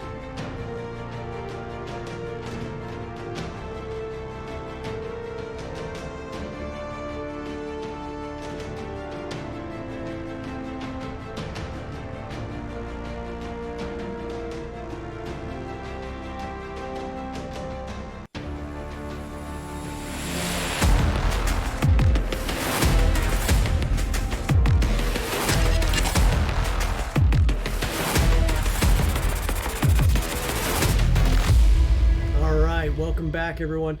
Hey, for this next interview, we're going in with Glenn Banton from Operation Supply Drop. let's make sure we take a good look at that. And of course, if you haven't noticed, we're putting a lot of art and miniatures from our Discord community on the breaks. So if you're in our Discord community and you share with us your art or your miniatures that you've painted with your Twitter or Instagram handle on there and give us permission to, we will post that in the breaks and let everyone else see you. And that's a great way to get the word out about your skill sets and just awesome, share some great artwork with the world. We want to see it all the time. So if you get a chance, be sure and join in the Games Tavern Discord. That'll be put in chat here shortly.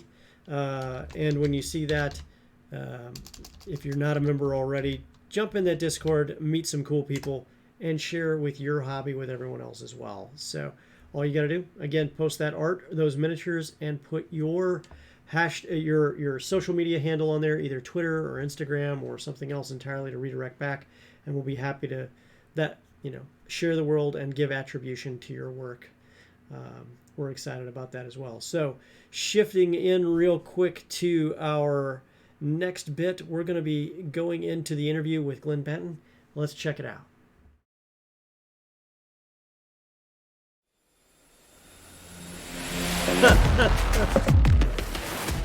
Oh my gosh, man, that's so cool. So it'd be like, oh yeah. Well, I mean, your Nerf arsenal is a big part of who you are and what you're doing and stuff. Yeah. Too, man. So, Glenn, thank you so much for joining us today. I've got Glenn Banton from OSD, who also is the overarching organization behind Operation Supply Drop, Games to Grunts, and the community of veterans and civilians that support those charitable efforts called 76 Operators.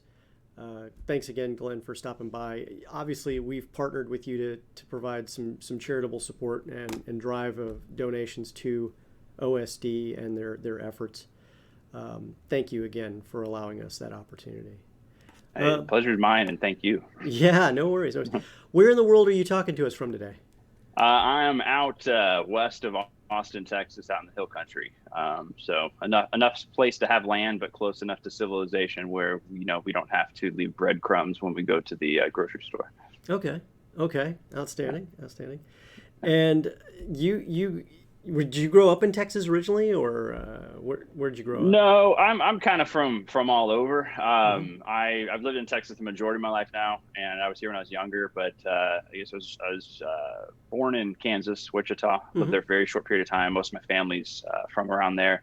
I typically don't admit it, but I lived in Jersey for 7 years of my life. That's where my brother and sister were born. Round one of Texas came after that. Then it was Beaverton, Oregon, right near Nike International. Then I was in Hopkinton, Massachusetts, started the Boston Marathon. Oh, yeah. Went to the University of Connecticut for school. And then after that was Reno, Nevada, where I met my wife, had our first kid, and convinced her to move back to Texas, because Texas is probably the only place I've ever considered home. I just love it here. I mean, shoot, we've got Texas versions of OSC because, it's the only state that has state pride. But just kind of moved all over the place. Definitely made it sort of chip on my shoulder for some things. But I think I didn't go to the same school until for more than a year, until I was like in high school, if I'm calculating correctly. Wow. Making friends, learning to kind of navigate things was always interesting. And it's fun. It certainly made me who I am today, or at least attributed to it. Okay, outstanding. So, because we're obviously a tabletop games focused group, when were you always kind of nerdy and were you always into games, or did that something that came later for you, or what happened? It's always a good question. Mine's kind of an odd journey. I mean, I always enjoyed playing games, and when I was younger, it's always worth your age. I was born in 81. So I think that when you ask this question, you got to know when somebody was born. We didn't have video games in our house. We just didn't. I'd go over and play Atari. I still remember when I beat Mario Brothers for the first time. I know the house. It was actually here in Texas. I've driven my kids by it just because it's a funny thing. Hey, that's the house that I beat beat Mario. And then the largest disappointment in my life at that point, when the game starts over, Like, wait, Yeah, it does. what? Wait a minute. I was Wait like, a minute. yeah. I don't want to do this again. Yeah. And that was weird because that actually, I mean, that imprinted in my brain and certainly has impacted things.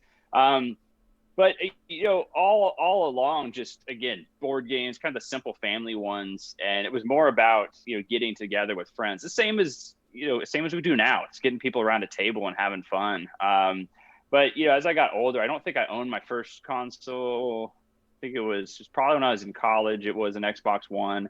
I bought it from Karan Butler, which is, I don't know how many people would recognize it here, is an NBA lottery draft pick. I was part of the University of Connecticut men's basketball program. And I bought it from him for like $200 2 weeks before he was drafted in the lottery. So he needed $200 before he went and made millions, which is kind of a funny thing. But you keep fast forwarding, and it's you have these different seasons through your life, and I've got kids now, 17-year-old daughter, 13-year-old son, and there's different games you can play at different times, and trying to certain games you love and you want to play with your friends. You and I were talking about it. Like, I love Dominion, and Dominion's awesome. Trying to get my daughter a lot younger to learn that one so I could have somebody to play with was great. And then both of us wanted a third, so okay, how do we get my son to do it? And that's just kind of fun to grow into. And now my daughter, she plays D&D every week. I'm going to be perfectly honest with you, I've actually never played D&D. I want to. I'd love to. I'm friends with some of the Critical Role teams. Yeah, I know Travis. Yeah.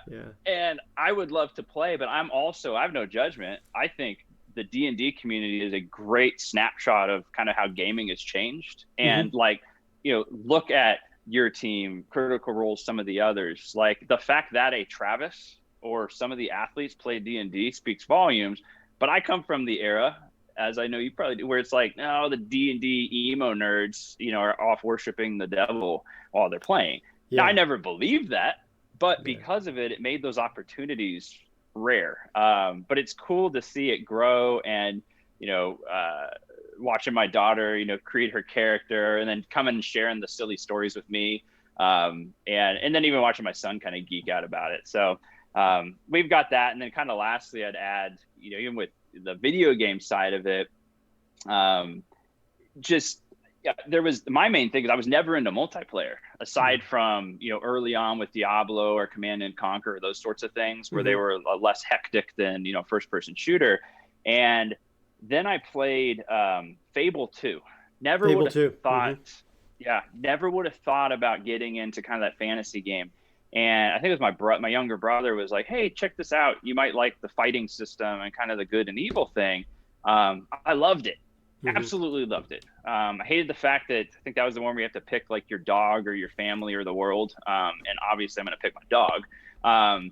And it was just fun, but that became a gateway drug into World of Warcraft. And I probably spent, I don't know how many years ago at this point, but I spent 9 months of my life where I was actually logged into that for an average of 8 hours a day while running a global company, happy marriage, that my wife would even agree, and kids. So mind you, when did playing happen? It happened from 10 p.m. till 4 a.m. every day. And I slept for like 3 hours. But I fell in love with the whole economy of it. This was previous to all of the kind of built-in add-ons. And I'd say I still dream of Azeroth, pre-Cataclysm. I can think about all this stuff, and it brings back a lot of memories. And I know I'm kind of rambling on about this. No. I'm loving it. I'm loving it. We're hearing that everything. Point of what gaming brings to you, whether it's tabletop or it's video games. It's the memories, it's the people, it's the places, it's the kind of the visions you can see. And I even say it when I talk about World of Warcraft, weird, I get goosebumps. Now I jumped back into it a little bit with my brother a few months back. Then I didn't quit. I just was like, I don't want to do this right now. I think it's because Shadowlands got delayed again, but I think it launched maybe a couple of days ago. But it's not the same. And I think it's one of those interesting things across life with gaming in general, is realizing and appreciating those moments you have, whether it's sitting down, with your friends and, doing D&D or playing Dominion or logging on and doing, whether it's Call of Duty or World of Warcraft, doesn't really matter, but take them for what they are and enjoy it. that's what it's about, because you can't recreate it. It's impossible. And I think I had that issue, and I think a lot of our peers have that issue, is we're trying to recreate these memories like with World of Warcraft. You can't have the feeling of when, vanilla first came out, or if you joined with Lich King and what that looked like, and the people that were there, because there's too many dynamics in existence.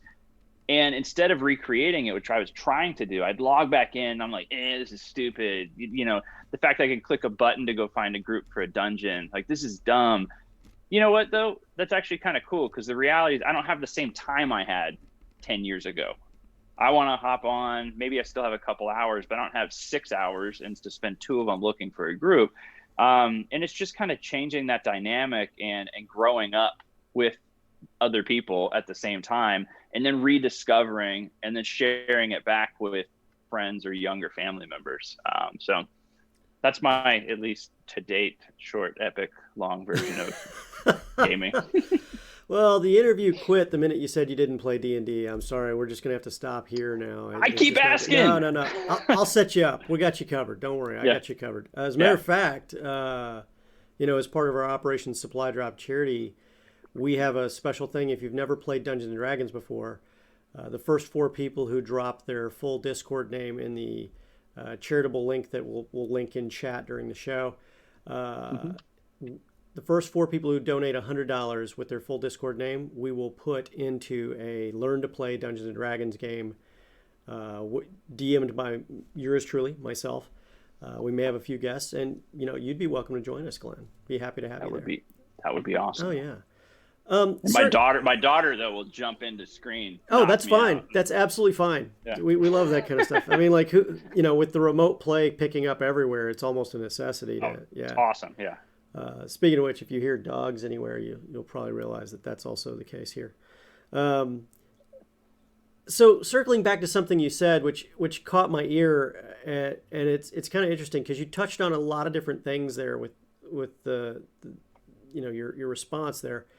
So with games, there's a lot of different reasons people play games, but for you, you mentioned, the social aspect, you mentioned the experience of playing the game, and then you mentioned the, kind of the gameplay itself. Of those, 3 things, experience, gameplay, or socialization, which is the one that brings you to the game in the first place? Be it tabletop, video games, any of that stuff. Today, I would say it's experience. I want it to be social, but that's not. I mean, it's not just because we're remote. I've got some other dynamics going on inside my house that impact a lot of this stuff as well. My wife's been battling brain cancer actively for almost exactly, or a little over 9 years. And mind you, even the last 2 weeks, she's to a point where she can't even use the right side of her body. So I'm getting a real fun workout 3 or 4 times a night when, like many of us, we have to go to the restroom and stuff like that. So because she can't do that. And so when it comes to games, really, I mean, I wouldn't say it's an escape. I always think that's kind of a dangerous way to look at it if you don't really contextualize it, because I do believe there's some people that it's not just with games. I see this with CrossFit as well, because I like to say there's an entire spectrum. It's not just one thing where you throw yourself into it, not just to forget for the moment, but to almost pretend like it doesn't exist, because the real world still exists. And so when I jump and log into like Assassin's Creed Valhalla, that's what I'm playing right now from a video game standpoint, I just want it to be fun. I want it to be seamless. I want it to be something to where, again, I'm real big on visuals. I have a huge appreciation for art. In the same way with even kind of the storytelling, which you would have as a DM. I mean, what are you doing? You're creating, imagination and art that way, spoken or written. And that to me is no different from my other joy, which is I just like going outside, being outside, smelling the flowers, looking at the bees, petting the cows, that sort of thing. And it's just in a different area. And so it gives you these memories, these moments, many of them I've, shared already, where I can look back. And so when you do face something tough in your life, if you have the opportunity to go log on and get with your friends, you can play some D&D, but you also have these memories that are real that should remind you about these good things. It doesn't mean the good things are lost. You can always have them again. But that's really one of those big areas, especially with how life is in my household, is I want the experience to be good, and I want it to be positive. I don't care if there's bugs in something. I don't care if somebody messes up when they're playing a board game. It needs to be fun, because that's a huge part of life. Mm-hmm. Absolutely. And sometimes that escape gives us time to regroup and center our thoughts and come back to the problem set at hand from all the stresses we're dealing with on a day-to-day basis, which I know personally for me has been huge as well. I predate OSD and getting games to troops a little bit, because in 2009 to 2010 I was in Iraq, and one of my good friends actually sent me a game called Space Hulk, which made a huge impact. I mean, our morale improved, our stuff like our camaraderie and ability to tune out the world and have a fun game, and then put it away and go back and put on your boots and go do that. And for those who don't know, I'm also a 26-year serving veteran myself, both active duty and reserves. But at what point, coming back to Operation Supply Drop, at what point did you have this idea? What was the catalyst, I guess, that said, hey, I can do this. I can send games or coffee to the troops that are deployed. How did that happen? What's the story there? Yeah, no, it's a good question. So I'm, to be clear, I'm not the founder. I was actually hired as the CEO to grow us to hopefully something people can be proud of today. The initial catalyst, though, for founding was like a lot of other, I think, nonprofits. It's, just kind of an individual desire to do something that's fun for the founder and fun for others. I would say at that particular time, now there's the phrase called hobby charity. I think it was more of that at that time, in the same way some dude likes bowling, and so he starts a bowling charity. But I was actually, I was hired on to be CEO. I was actually volunteer CMO for, I don't know how long, let's just call it a period of time. And our family was actually some of the larger donors to the organization, anonymously, weirdly enough, at all that time. But even, that begs the question, well, why did I even join? And it actually was catalyzed with my wife being diagnosed with brain cancer. That seems to have nothing to do with troops. I have a lot of history working with the military. I'm not a veteran myself. I have done a lot of innovation and technology and research, and run. Trying to think of the best way to get this. Run kind of symposiums on smart weapons and offensive cyber operations. Not the actual cyber operation itself, but how to set up that sort of thing, and how people communicate with each other, and how to set up the teams for that with a lot of DoD contractors. And also just historically, I've had a lot of veterans on my teams that I've hired for. And typically why I would hire a veteran over a civilian, all things being equal, is everything's just face value. It's simple in most cases. I will say I think that's changed a lot, sadly. But for the most part, historically, I liked hiring a veteran because it was the same mentality. I go to work. My acknowledgement of my work is a paycheck. And if me and the company don't appreciate each other, just tell me, and we decide if we need to keep working. And similarly, I can do the same thing. And because of that, I'd always felt, and mind you, based upon when I graduated from college, so I graduated in 2002. So from the University of Connecticut, which, I mean, half our school is from New York, probably New York City. And so when you look at, how did 9/11 impact me?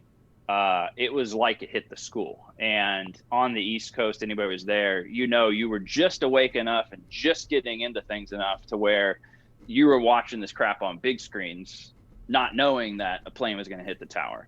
And knowing what that meant at a school, by the way, that also was hugely geared towards finance and accounting and what types of business from the World Trade Center, it happened. Now, I did not have this immediate draw to go enlist because my circle of people, that's not what was there. I just knew growing up, I have family members, definitely a support the troops type, but I'm trying to figure out, okay, how can I go and contribute professionally?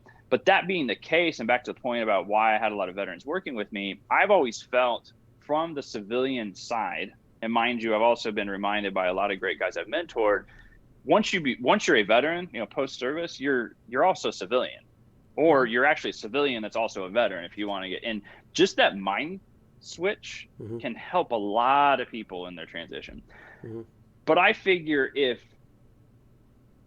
I graduated in 2002 and I had a peer that went and enlisted and stayed in for 2, 4, 10, whatever years, big picture life, I was able to go develop a network of people to help me grow and succeed and really help me along.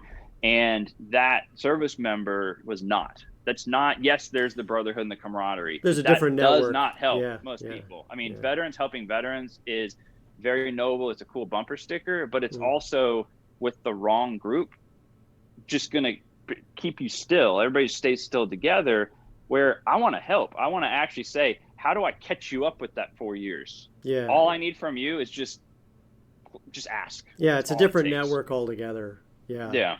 As a person who's worked both sides of that, and as a reservist, you have to balance both of those on a consistent basis as well. So,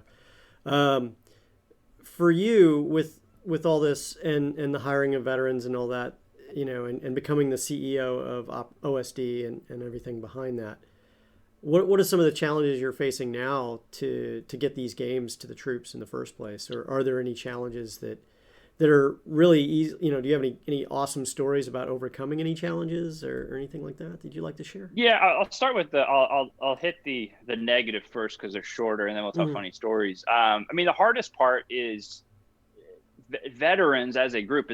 For the most part, it's a bunch of males that are 25 and older, and it is overwhelmingly just broader. Yeah, I mean, and again, there's women, there's all sorts of minority groups, but in a broad sense, given the fact that in today's day and age, everything is a social issue. Everything. The wood that my desk is made out of could turn into a social issue. Veterans really quickly go down to the bottom. I'm not upset about that. I know exactly why. It's because veterans are diverse still, even though it's looked at as being this overwhelmingly, for the most part, white male over the age of 25. In reality, the group of veterans are the most diverse. It is just a cut of American society as a whole. And so a lot of people don't know how to interact with it. It's also why the veteran community has had a lot of, I would call it branding issues, is you have this entire spectrum of extremes, which, what does that look like? Looks like, America. And that's okay, but it makes it so when something like, all the things that happened this year, veterans just keep jumping to the bottom. And so in the, let's call it what is the competitive area of fundraising and nonprofits, it's always hard to have focus on veterans issues unless you sensationalize things. And we never do. I'm not going to get into sensationalizing suicide. I think suicide's horrible. I think whether it's 1 a day, 22 a day, 50 a day, or whatever it is, push-ups aren't going to help. And it's better to figure out, how do we split those numbers up and contextualize? Because I bet you if we, instead of saying 22 a day, said, well, 8 a day of those are because they're kind of borderline and they're not connecting with a community. Because that's a norm. That's one normal way to address it. And we're getting into it. So that's really the biggest challenge that's out there, aside from just operating a business. Logistics and supply chain is kind of funny. I mean, for the most part, on the overseas stuff, there's one way to get it there. It's USPS, which is good. And over the many years I've done this, I've been fascinated with how fast it's gotten. I mean, it would have taken a month and a half, 2 months years ago. And now, like, there was a Marine battalion that we just sent something to, and even they were convinced it's going to take 5 weeks to get here. It took 9 days from Texas to wherever the heck they are in the Pacific. And that's kind of cool. The thing I like to share, and I always share this to the post office, is we've sent thousands of supply drops. And mind you, our unit of measuring supply drops is variable, but it's always unit level. So you can't be an individual troop and say, hey, I would like an Xbox, I would like a D&D starter set. No, ignored. It's for the unit, it's for your squad, it's for the battalion, it's for the MWR, it's group property. Because the whole point is to get people to play together. And trust me, I've had plenty of people that we've seen BS through that, and they're actually deployed to Kuwait, and the pictures they send back are, selfies of themselves in their bunk with nobody around because they refuse to take the mile walk to go, hang out with people at MWR. But I think we only lost 3, maybe 4 supply drops. Oh, really? One of them was actually lost. And this is where we learned to not insure anything, because you want to see something funny, watch the U.S. military and the Postal Service fight over who's responsible for a package. Yeah. Pointless. Another one was blown up. And the reason why I say I'm okay saying that is nobody got hurt. So, but one of our supply drops was blown up by ID. And then another one was confiscated by Pakistani. I'm not thinking of the thing. The people that look at the mail. The customs agents? Yeah, the customs agent confiscated it. And so we were actually helping this. It was a bunch of fighter pilots and his squadron. And one of the guys came back home for Christmas. We ended up sending stuff to him, and then he actually smuggled it back in. And it's, when I say smuggle, it's because the U.S. military has no problem with it. It's whatever the process is with Pakistan, and we've got weird relations with them. That it probably didn't go through that same channel. It went through a different channel. Yeah, but I mean, and this is it. I mean, we're talking again, tabletop games, video games. There's no, no magazines and whatnot that aren't appropriate in certain places. But yeah, I mean, a lot of it's more kind of just silly stories like that, or ones you've shared. This even predates us, but I've got a buddy, he's a recon Marine, and he was sharing with me how he was part of the whole tip of the spear thing, that Generation Kill. I mean, that'd be where most people would get the context from.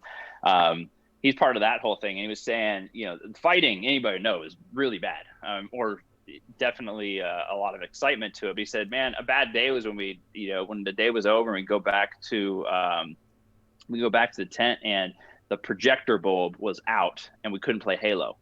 That was a bad day. I was like, that's some interesting context. But I think that's the thing when everybody kind of looks at how gaming can help different people, whether it's just a kid that's struggling in school and they've got moderate depression, they're having trouble, social anxiety, it can bridge a gap there. Firefighter, EMT, those sorts. I mean, police, arguably they're deploying every day in some way, shape, or form in terms of the high intensity and gaming or play can help relieve that. And then with the military, it's not just about the door kickers and the guys that are in firefights. A lot of people forget. I mean, as you know, the massive majority of the military is in support roles or research roles. I mean, a lot of medicine and medical advancements come out of the military. You look at natural disaster happens around the globe. Who's typically first there?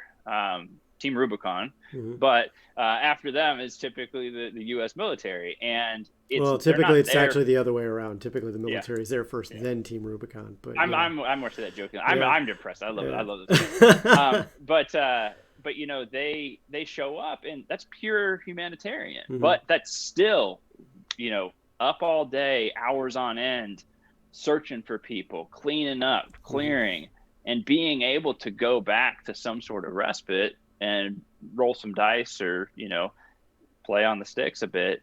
It's good for you. Oh yeah. I mean, we had a small group that played Rock Band after doing whatever it is they were out doing that particular day. They'd come in, and because typically we worked a lot of nights. And so we'd get done at night, because night work is where it's at when you're actually trying to, do things with bad guys and stuff. And they'd come in after that, at the end of the night, and they'd get together and they'd play Rock Band. And you'd think these guys were actual rock stars by like the end of the first month of that. But the days when they couldn't do that, their morale was just not the same as the days that they could do that. And I actually, we got a lot more out of everybody when they had a way to vent and shunt that stress away. Yeah. They call that psychosocial interaction is the medical term. But that's the same thing. If anybody ever sees it, I think when you and I talked before, the documentary Restrepo, which the name is named after. I've met the people behind that. True. I've actually served with some of them too. Yeah. And it's crazy. It's this outpost in the middle of nowhere, in the middle of nowhere. And I mean, there's a track in the story that's about essentially getting a generator so that they can hook a TV up to play with Rock Band or Guitar Hero. And I think that's, again, it's one of these things where you just sit and think about it. You're like, well, it's a bunch of 20-somethings or younger. What do 20-something and younger want to do in our current culture to blow off steam? It's that it makes sense. But even over the 10 years we've been doing this, there's been a massive culture shift in the military, and a lot of it's just as people moving up and out, where 10 years ago you'd never have somebody command saying anything nice about video games. And now you have people in command saying, hey, let's I get more a whatever tournament, and guess what, if you beat me, I'll do whatever crap you're supposed to be doing for duty today, or and that is a massive difference. It just changes. But historically, what's the difference between, again, getting a D&D starter set or an Xbox now than getting Monopoly back in Vietnam or playing spades? It's the same thing. It's just about people getting around, having fun. I mean, life's tough, but I mean, there's lots of room to look for the good and to certainly have fun. If you're not having fun, you're probably choosing to, because I mean, again, you can get a deck of cards. I'm sure you can play dice in the corner somewhere. Like there's lots of stuff to do. Well, once you start getting into cards and dice in deployments, that's when people start gambling, and then fights. People always will do it, but it is what it is. But I can tell you that the great thing about like tabletop games when you're deployed is you don't got to plug them in, and that was huge for us in particular. And I'll probably share some other stuff another time, but I can tell you that games made a huge impact, and even made an impact when I came back to take my mind off of some of the things that we were dealing with over there. And, and eventually those bad memories fade, and you can remember those good times with the games and stuff like that too. I think one of the things we talked about, before we got started when we were scheduling this stuff is, don't you guys have a 10-year anniversary coming up? Yeah, we do. Can you tell me about that? Yeah, and I jokingly kind of say that I'm happy to share this publicly. So our 10-year anniversary is sometime between like a couple weeks ago and the end of the year. With nonprofits, it's like, is it the day you're founded? Is it the day you got all these things? But the main thing is 10 years is a big deal.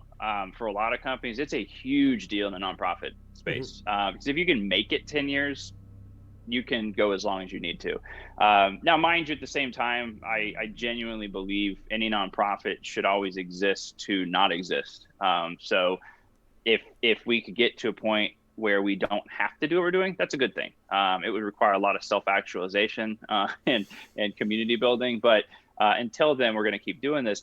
But the 10-year will be an entire year-long celebration. We're really looking at a number of themes, some of which, and this is the thing I told you, kind of offline, we're certainly influenced or accelerated by, what's happened with COVID, in so much as understanding online and offline dynamics. And then for us, it's fun. Everything is so freaking serious right now. Yeah. Now I'm serious a lot, but it needs to be separated. Like, you've got to have some fun in your day. And so we're really going to, just really push into the whole making fun where there is none. I mean, that's a phrase we came up with years and years ago, and certainly always has applied. It's always been used and really relevant to especially the Operation Supply Drop program. But we're going to elevate that a bunch. We've got all these just goofy catchphrases and stuff, if it ain't fun, it ain't done. And take back the fun part of gaming. because we've seen this trend with just nonprofits in the gaming space. And I think it goes where it's like everybody's grasping for attention because there's just so much stuff going on. And, you know, the healing power of gaming. Yeah, it does. But I'll admit, for me as a gamer, and especially as the leader of this organization, there's a lot of times where gaming's not fun. It has a whole bunch of baggage associated with it. And when I'm playing, it feels like it's a chore or it's medicine you don't want to take. And I'd just rather say gaming's fun. It's important. It's simple. Camaraderie, playing together, talking with people, that's important. It doesn't need to be anything more. We don't need to be a quasi-clinical operation because we're not. It doesn't mean we don't have a chief medical officer. It doesn't mean we don't look out for mental health, but it needs to focus on getting people together and having fun. And then I think another thing we're kind of working on is, you know, what is that strategy? And I think we came up with this acronym CARE, which was celebrate, assert, recognize, and execute are kind of the four things. So it's, you know, celebrate all of the wins and everything that's happened over the past 10 years, you know, bring back some of those fun stories, really assert not just ourselves in the space, but this philosophy and mentality around, you know, fun and play, and amplify that side of a lot of the research that's coming out. It's simple. There was another research out of, can't remember where it was, but it was an article I was reading yesterday. And it was more one of those kind of things to you and I, but it was, hey, you know, gaming is good, whether it's tabletop or video, from a very simplistic point of view of interacting with people. It's good for your mental health. Who would have figured? The recognize is really doing even more than we've done in the past, you know, recognizing donors and supporters, you know, key members of the team, and making that as a more formal part of our process. And executes what we've always been doing. I think the problem for 10 years is that's all we focus on. Actually getting it done. Yeah. Which is probably the most important part, really, when you think about it. Yeah. It's the most important part, but it's also for donors and supporters. It's the part that nobody pays attention to. I mean, you will, like, passing, you'll look at social media. Oh, that's interesting. But really, the general public just wants to see this, you know, self-love drumbeat. And I'd much rather say things like, hey, we've supported 1.5 plus million veterans in 10 years. That's obscene. And here's all the places we've done that.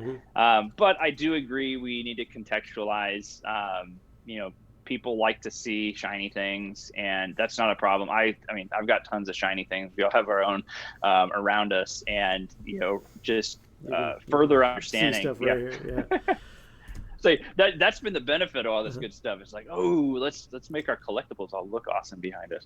But yeah, that's really the focus going into it, and I am extremely excited about it. I've had more fun gaming once we kind of came to a lot of these terms, because now I can just go and do it, leave everything behind. You know, even when I'm playing with the community, it doesn't feel like I'm like doing my job. I still have my role, but it's fun. It doesn't have strings attached. It doesn't have baggage. So that's, again, really, really exciting, especially as I've been doing this for so many years, to kind of be reinvigorated even further. Wow. That's actually really awesome to see that you guys have been around for 10 years. And I think, as we talked about, once a charity's been around for 10 years, it's kind of there for a long time at that point. It's not going away anytime soon. It's got legs to it. Yeah. Absolutely. I am curious, speaking of shiny things behind you, when is the Deadpool head supposed to start talking on its own? I intelligently turned it off this time. Oh, okay. Mainly because you never know when it's going to speak, and sometimes it'll say 8 phrases, and other times it'll say nothing. That's just creepy. It's also, it's super creepy. Well, and it has like light sensors in it too. So there'll be times like I've got a separate office on my property. That sounds a lot cooler than it actually is.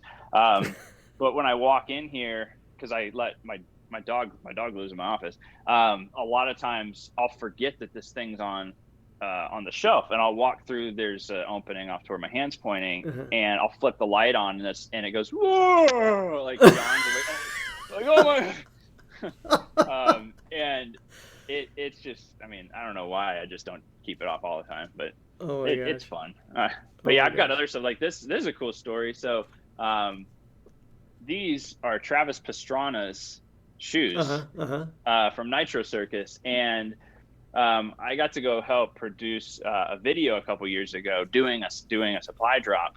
He's jumping out of a plane, and you know, we're doing this, and actually up above everything's a signed Xbox One X Battlefield 5 Gold Edition, a phrase Travis couldn't say.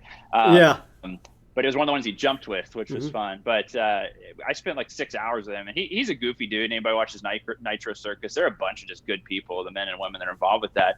But he's just a goofy dad. He's who I think almost anybody kind of wishes they could be. Like, you don't want to be Travis. You just wish, like, man, that is a cool job. You just get to be a big kid, but you're actually pretty mature.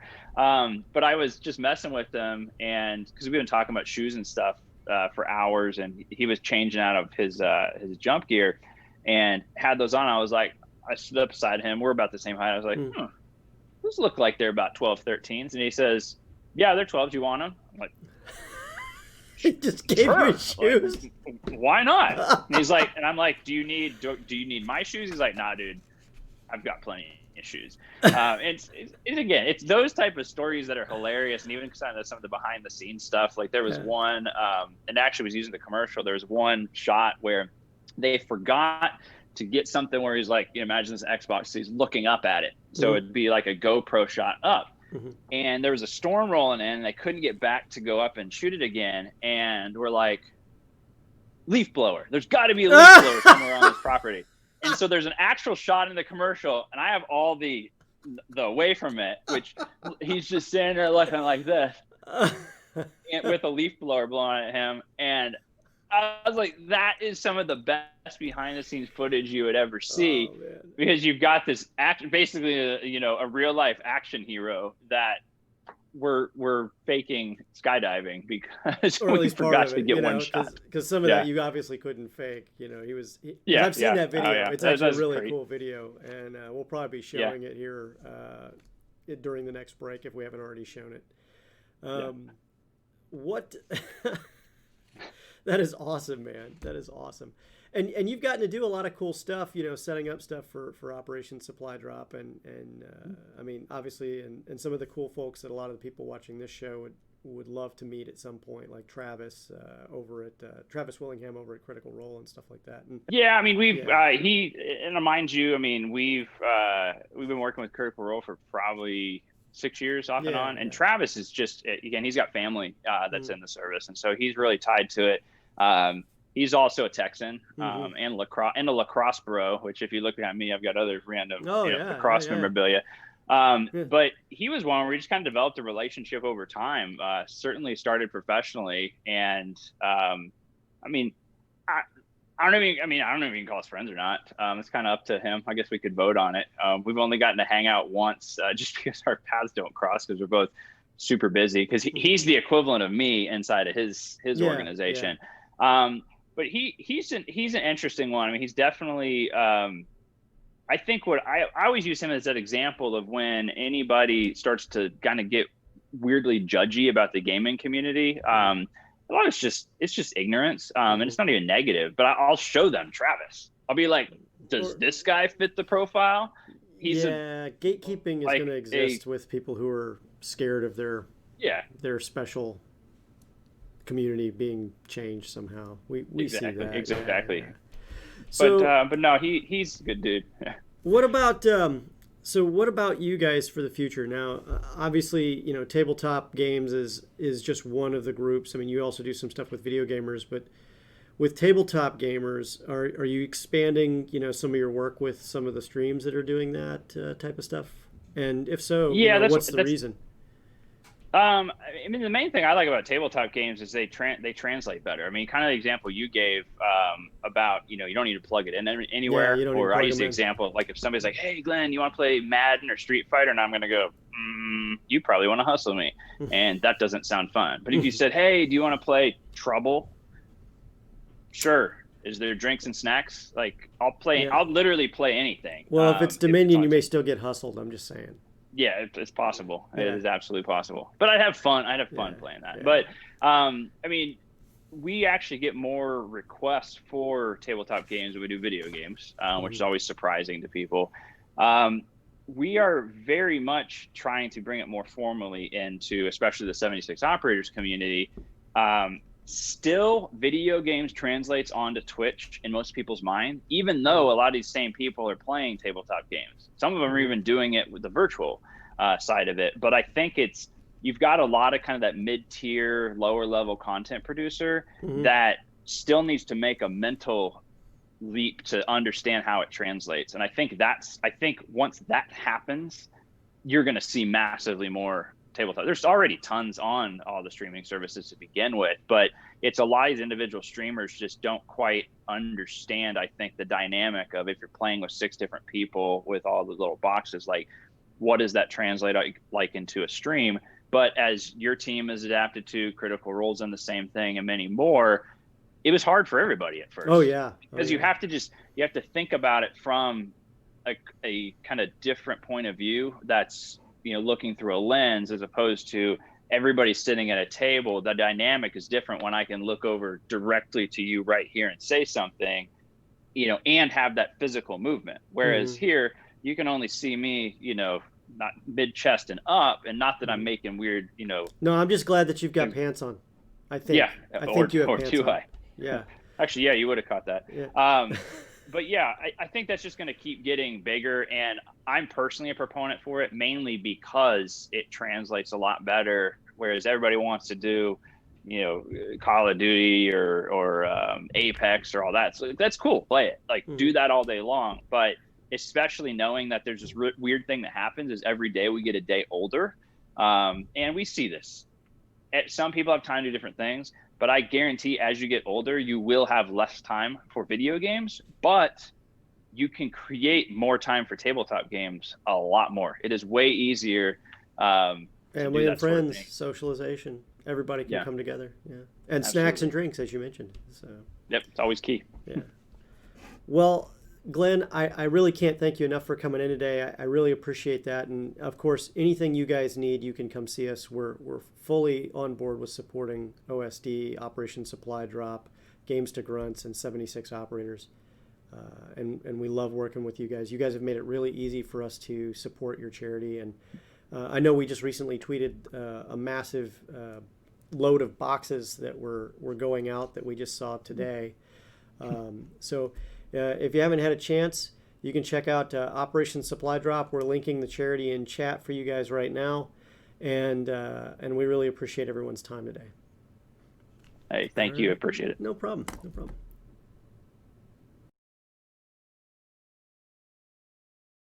Thanks for pushing my buttons. You really know how to turn me on.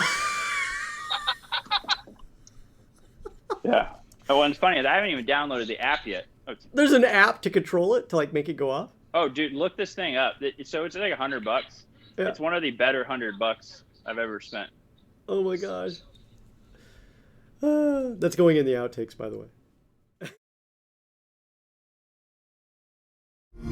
Video games have been a big part of my journey of recovery. By using Xbox and video games, it allowed me a road to recovery. About to do a supply drop to someone really special. This limited edition black and gold console is specially designed for the release of Battlefield 5. Wish me and this Xbox the best of luck. We're gonna need it.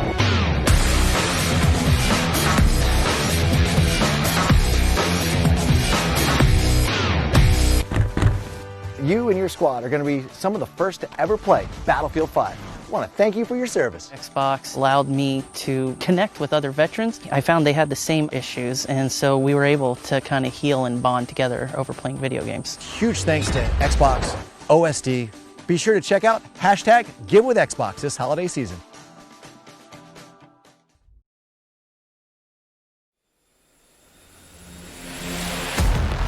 Boom! Hey guys, awesome times.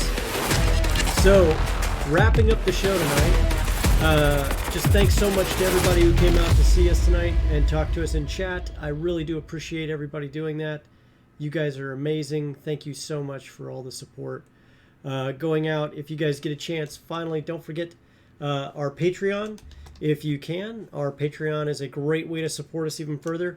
Let me pull up what's coming up here on the Patreon here shortly. We just had some new cool stuff out there. I think the latest drop was Grant Ellis's DM notes. We've also had another couple battle maps dropping out there as well. And, well, let's see here. What else do we have here? A certificate for getting inside Quentin Stargazer's head, and another letter from Zatara to her family. So we'll see what happens there. Thank you so much once again. Please join us next week on Tuesday, where we'll be showing stuff once more on the latest games and tabletop news, reviews, and interviews. And join us tomorrow for the Velkin Weave at 7 p.m. Eastern Time. Take care, everyone.